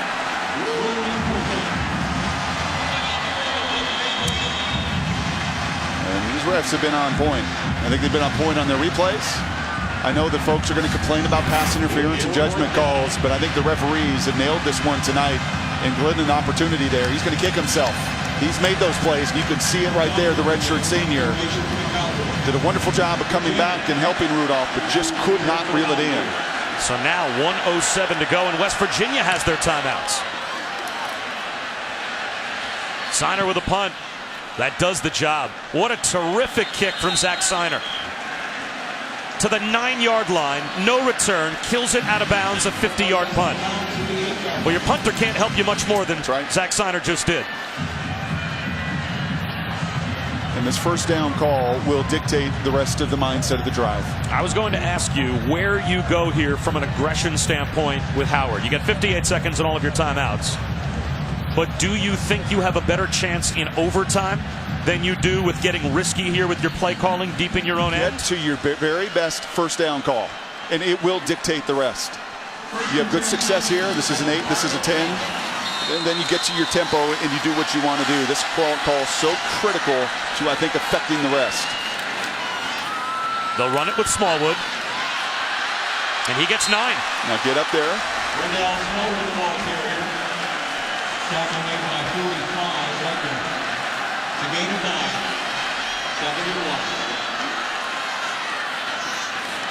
7-1. They'll run it again, and that'll stop the clock as Smallwood picks up a first down. Dana Holgorsen told us if they get Josh Lambert to the 35-yard line, he's comfortable. He thinks he can make a kick. He wants the line of scrimmage to be the 35. Long throw, setting up the screen to Durant. He stops the clock out of bounds with a first down to the 33-yard line of West Virginia. And now you feel so much better about yourself with that goal line 32 yards behind you than you do when you were 8 or 9 yards from it. Actually mark him down, it looks like, right at the first down marker. And West Virginia will use a timeout here.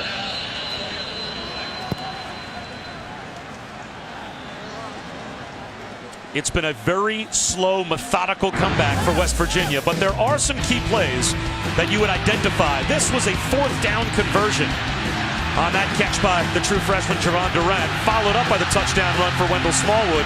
That was the first drive in the 3rd quarter that finally got them with a touchdown on the board. And really, they've done it exactly as Dana Holgorsen told us yesterday they would have to do it, by being committed and patient with their run game, and they have, and by trying to hit some of those big plays down the field, which, you know, they're more there to make that. He knows that he had a real opportunity to put his team in field goal range and wants desperately to get this game to overtime. And I love the way they handled this play calling. First down, get 7-8 yards on that run. If that was stuff for 2, we'd be in overtime. But because they had early down run success like their opponent has not had throughout this evening, they give themselves with 2 timeouts 3 or 4 plays to get about 40 yards that they're going to need. At some point now, though, you have to think they need to push the ball down the field. Here's Howard dropping back. Under pressure. Sacked at his own 31-yard line. He lost 2, and Dana Holgorsen will call another timeout. Vincent Taylor gets the sack for Oklahoma State. And there was nowhere there down the field. There was no opportunity. We have seen some throughout this evening. The ball is being one-hopped or sailed over the head. That was the right decision by Schuyler. It was tight coverage down the field. Good job of securing the football and not giving it away. Josh Lambert hoping for a chance. His career long is 55. This feels like Gibson time. He's their redshirt sophomore. He's their big play threat. He's averaged 24 yards a catch coming into this game tonight, 5th best in college football. I think he's the guy that you would trust just a little bit more than Durant 5, the true freshman. You can see our virtual field goal line down there at the 35-yard line. If you get it to the 35, you're talking about a 52, 53-yard field goal. The career long for Lambert, 55. This year, as long as 48.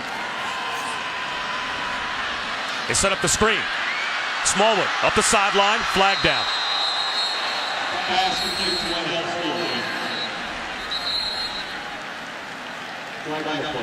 I'll say Wendell Smallwood stepped out at the 38.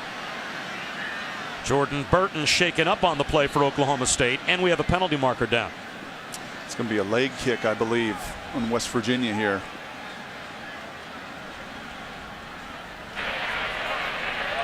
Personal foul. Unnecessary roughness, leg whip, number 65 of the offense. Half the distance to the goal from the previous spot. 2nd down. It's 11 penalties for West Virginia. That'll put them well over 100 yards in total penalty yardage. And now Brock with 9 seconds to go. This will back you up inside your own 25-yard line. See where they put the football down inside their 20-yard line. Well, we wanted a 4.5-hour game. We're on our way. It's all the way back to the 16. You got to buy. The Jets are on a bye next week. Absolutely. Or this weekend. So keep on playing. It's going to overtime. Which I would think now it's just take a knee and take your best swing in overtime. And you may call a timeout if you're Oklahoma State to make them snap and punt, and you never know.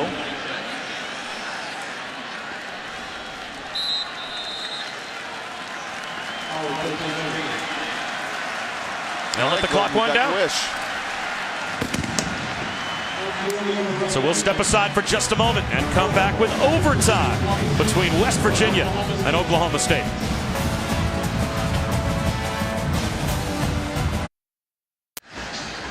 Tied at 26, and what a roller coaster ride it has been here in Morgantown between West Virginia, number 21 Oklahoma State, trying to stay undefeated, trying to get off to the perfect 3-0 start in the Big 12 with all of those heavyweights down the road for Mike Gundy's team in this conference, but also at home.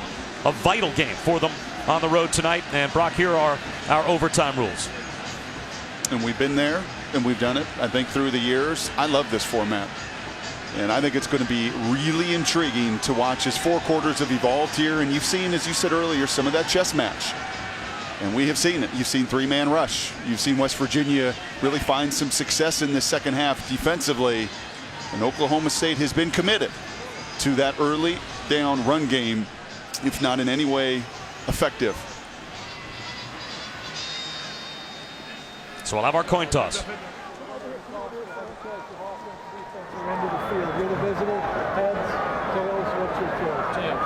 Tails is your choice. It is a head, so you have a choice of offense. Our referee microphone doesn't seem to be working.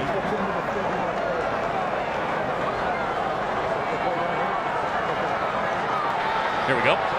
West Virginia has won the toss, elected to play defense. Oklahoma State has chosen this end of the field.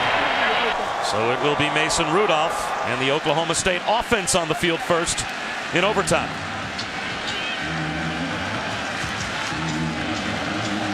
And for a team that all night has not been able to run the football in this compressed area of the field, how hard is it to play call? Yeah, it's difficult, but this is where if I'm calling the plays, I want my best players to have an impact and touch the ball. And that's Glidden, that's Aitman, and that's Washington. That is the strength of this group. Now, if you want to use a little deception and you get a touchdown earlier to Jarwin, that's okay as well. But I don't want to walk out of this stadium a loser without my best, most impactful players getting their chance to touch it.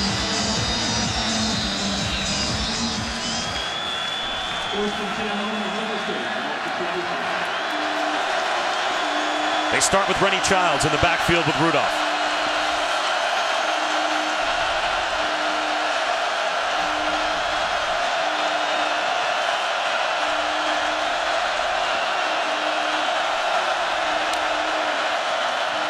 They'll run it with Childs. Tries to get outside, uses the stiff arm.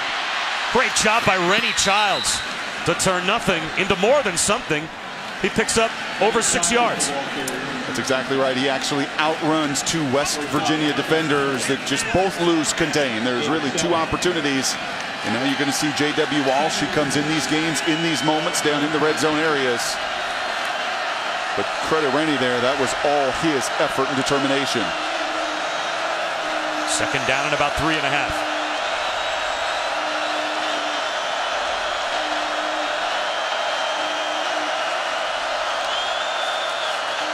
Childs finds a lane. All night, unable to run the football for Oklahoma State until now. They've got a first down. Let's check in with Shannon. Well, Bob, West Virginia defensive coordinator Tony Gibson told his guys, get ready, boys. We're going to bring it. Pressure from all sides. Make him get rid of the ball quick. Well, it's J.W. Walsh who's in at quarterback, and they've just handed it off so far. West Virginia hasn't had a chance to bring pressure yet. Childs again. Knocked down at the 9. A gain of 2. Jared Barber made the tackle. 3 plays, 3 runs. And you would think with Walsh, you've got plenty of play action opportunities. Plenty of quarterback run opportunities. It's why he is such a challenge down here in this area of the field for a defense, and they have got to keep their eyes honest.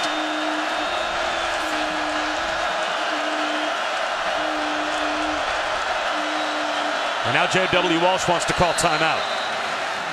So he will use the Oklahoma State timeout here in overtime. Walsh has accounted for at least one touchdown in all the games that Oklahoma State has played so far this season. In one way, shape, or form. He's run for a couple. He's thrown for 4. And he had the play pass earlier to Jarwin. He shows that rare ability to be cold all night, standing on the sideline, and then in the crucible moment of a drive, be tossed in the game and handle it and produce. Well, there's something about scoring touchdowns that can usually warm guys up pretty quickly.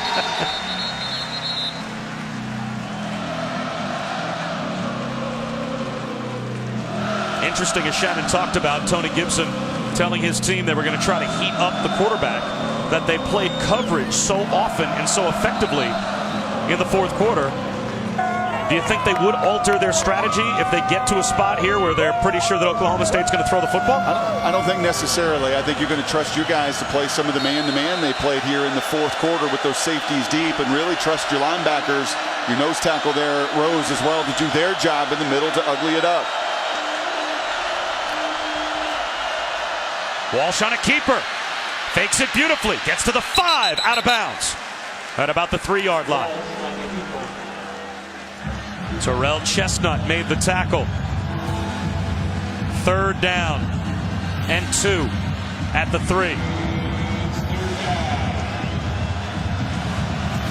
Walsh out. Mason Rudolph in.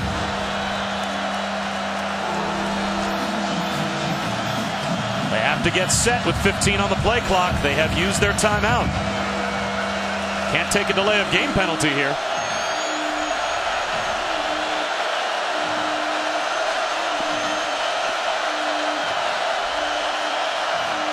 Rudolph on a keeper.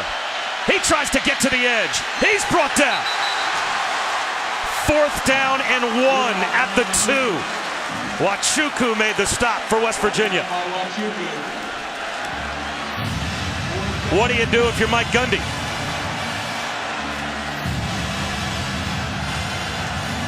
It looks like Oklahoma State's going to go for it. And it's J.W. Walsh back in the game. I'm reminded of my dear friend Mike Bellotti in a situation just like this years ago in the booth with him. On the road, you're aggressive. At home, you kick the field goal. You play for the win when you're away from Stillwater.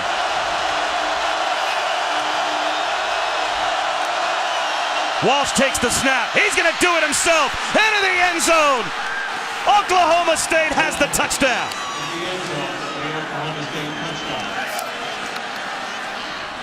With tremendous patience there from Walsh.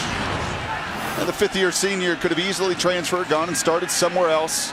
He decided to stick around. He knew that he would have a role, that Mike Gundy trusts and loves him. And that's why he put him in that spot right there, and there was no panic. As those defenders flew by, he used his athleticism, his quickness, and his agility to get it in.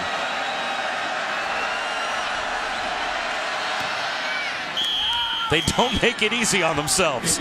Can Oklahoma State pull another one out of the fire? They're off to a great start in overtime. West Virginia's football after we check in with Chris Cotter.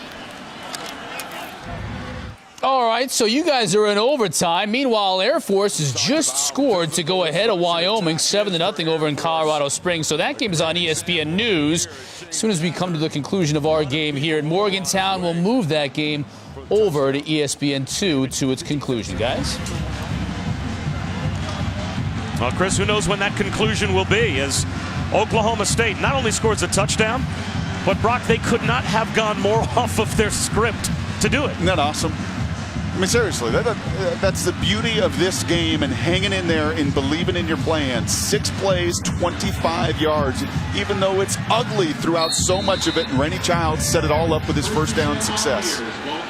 So now it's on Skylar Howard and West Virginia to get the equalizer. And they'll start it on the ground as well with Russell Shell. And he bulldozes his way to the 20-yard line for 5.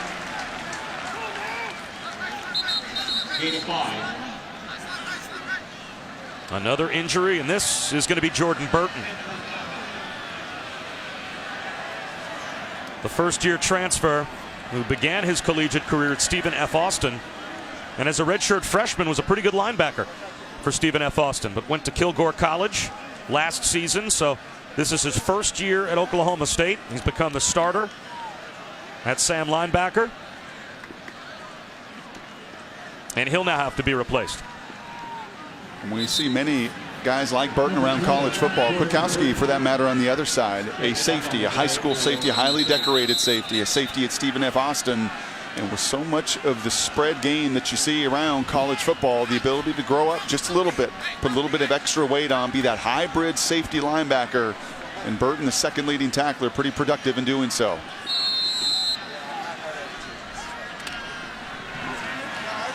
Russell Shell stays in the game as the I-back on 2nd down and 5.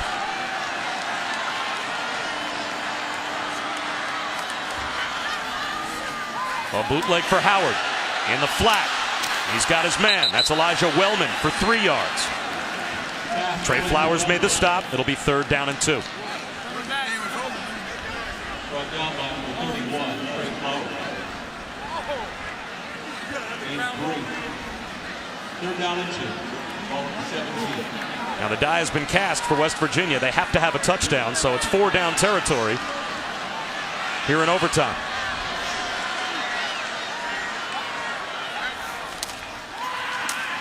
They'll lob it looking for the end zone here, and the true freshman at the back pylon is Javon Durant, but he was walled off beautifully by Ashton Lampkin, and now it is 4th down. So the game hinges on this play.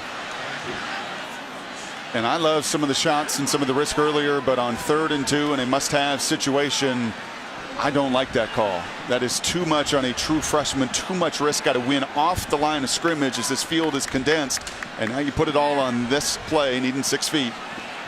And they're a little late running personnel on the field with 12 on the play clock. Would you call a timeout maybe if you're Dana Holgorsen? 4th down and 2. They got to have it. And they'll run it with Shell. He's got it and then some. 1st and goal.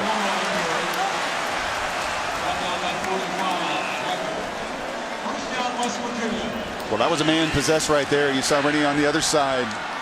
Rennie Childs, and that time Shell just bringing it. On a keeper, it's Howard. Inside the 5. They'll mark him down, it looks like right at the 5. 2nd down and goal. Jordan Burton able to get back in the game quickly to make the tackle. 2nd down. The angst in this stadium is hard to overstate. West Virginia has to have a touchdown to keep the game alive.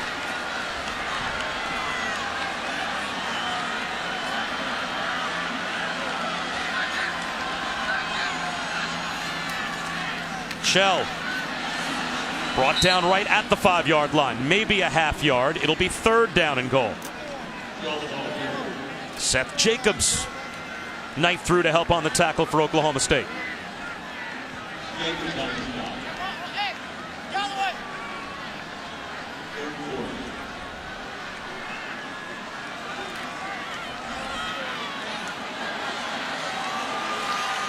Diamond formation on 3rd down and goal from inside the 5.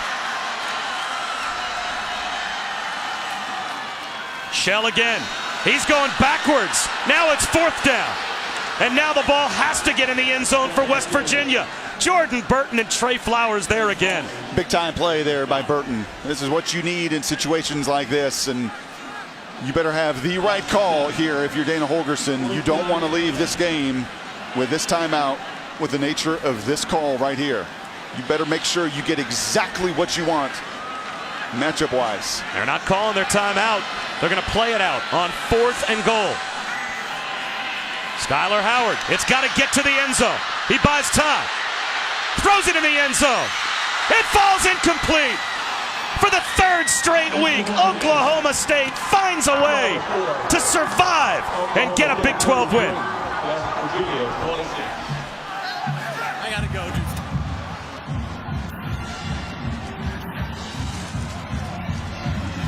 There is just something about a sense of belief when you have been there and you have done it. The confidence it instills in everybody else, and you have seen teams through the years in college football just find a way to win. And Gundy's crew, not perfect, not pretty, a work in progress up front in their run game, but they certainly do believe when it matters the most, they're going to find a way to deliver. Well, they put themselves in a very difficult situation, Brock, having to go for it on 4th and goal from the 11. It has to get to the end zone. And that was a tough throw, off balance for Howard. Da'Keil Shorts almost found a way to make a play on the ball. He did, and Jordan Thompson, you're going to see in the back of the end zone, if Skyler could have got his eyes down the field just a little bit quicker when he broke contain, had a chance, but that says it all. JW, the redshirt senior, getting it done when it mattered the most. Oklahoma State does it again. They survive in overtime by a touchdown. Up next, it's Wyoming and Air Force. So long from Morgantown.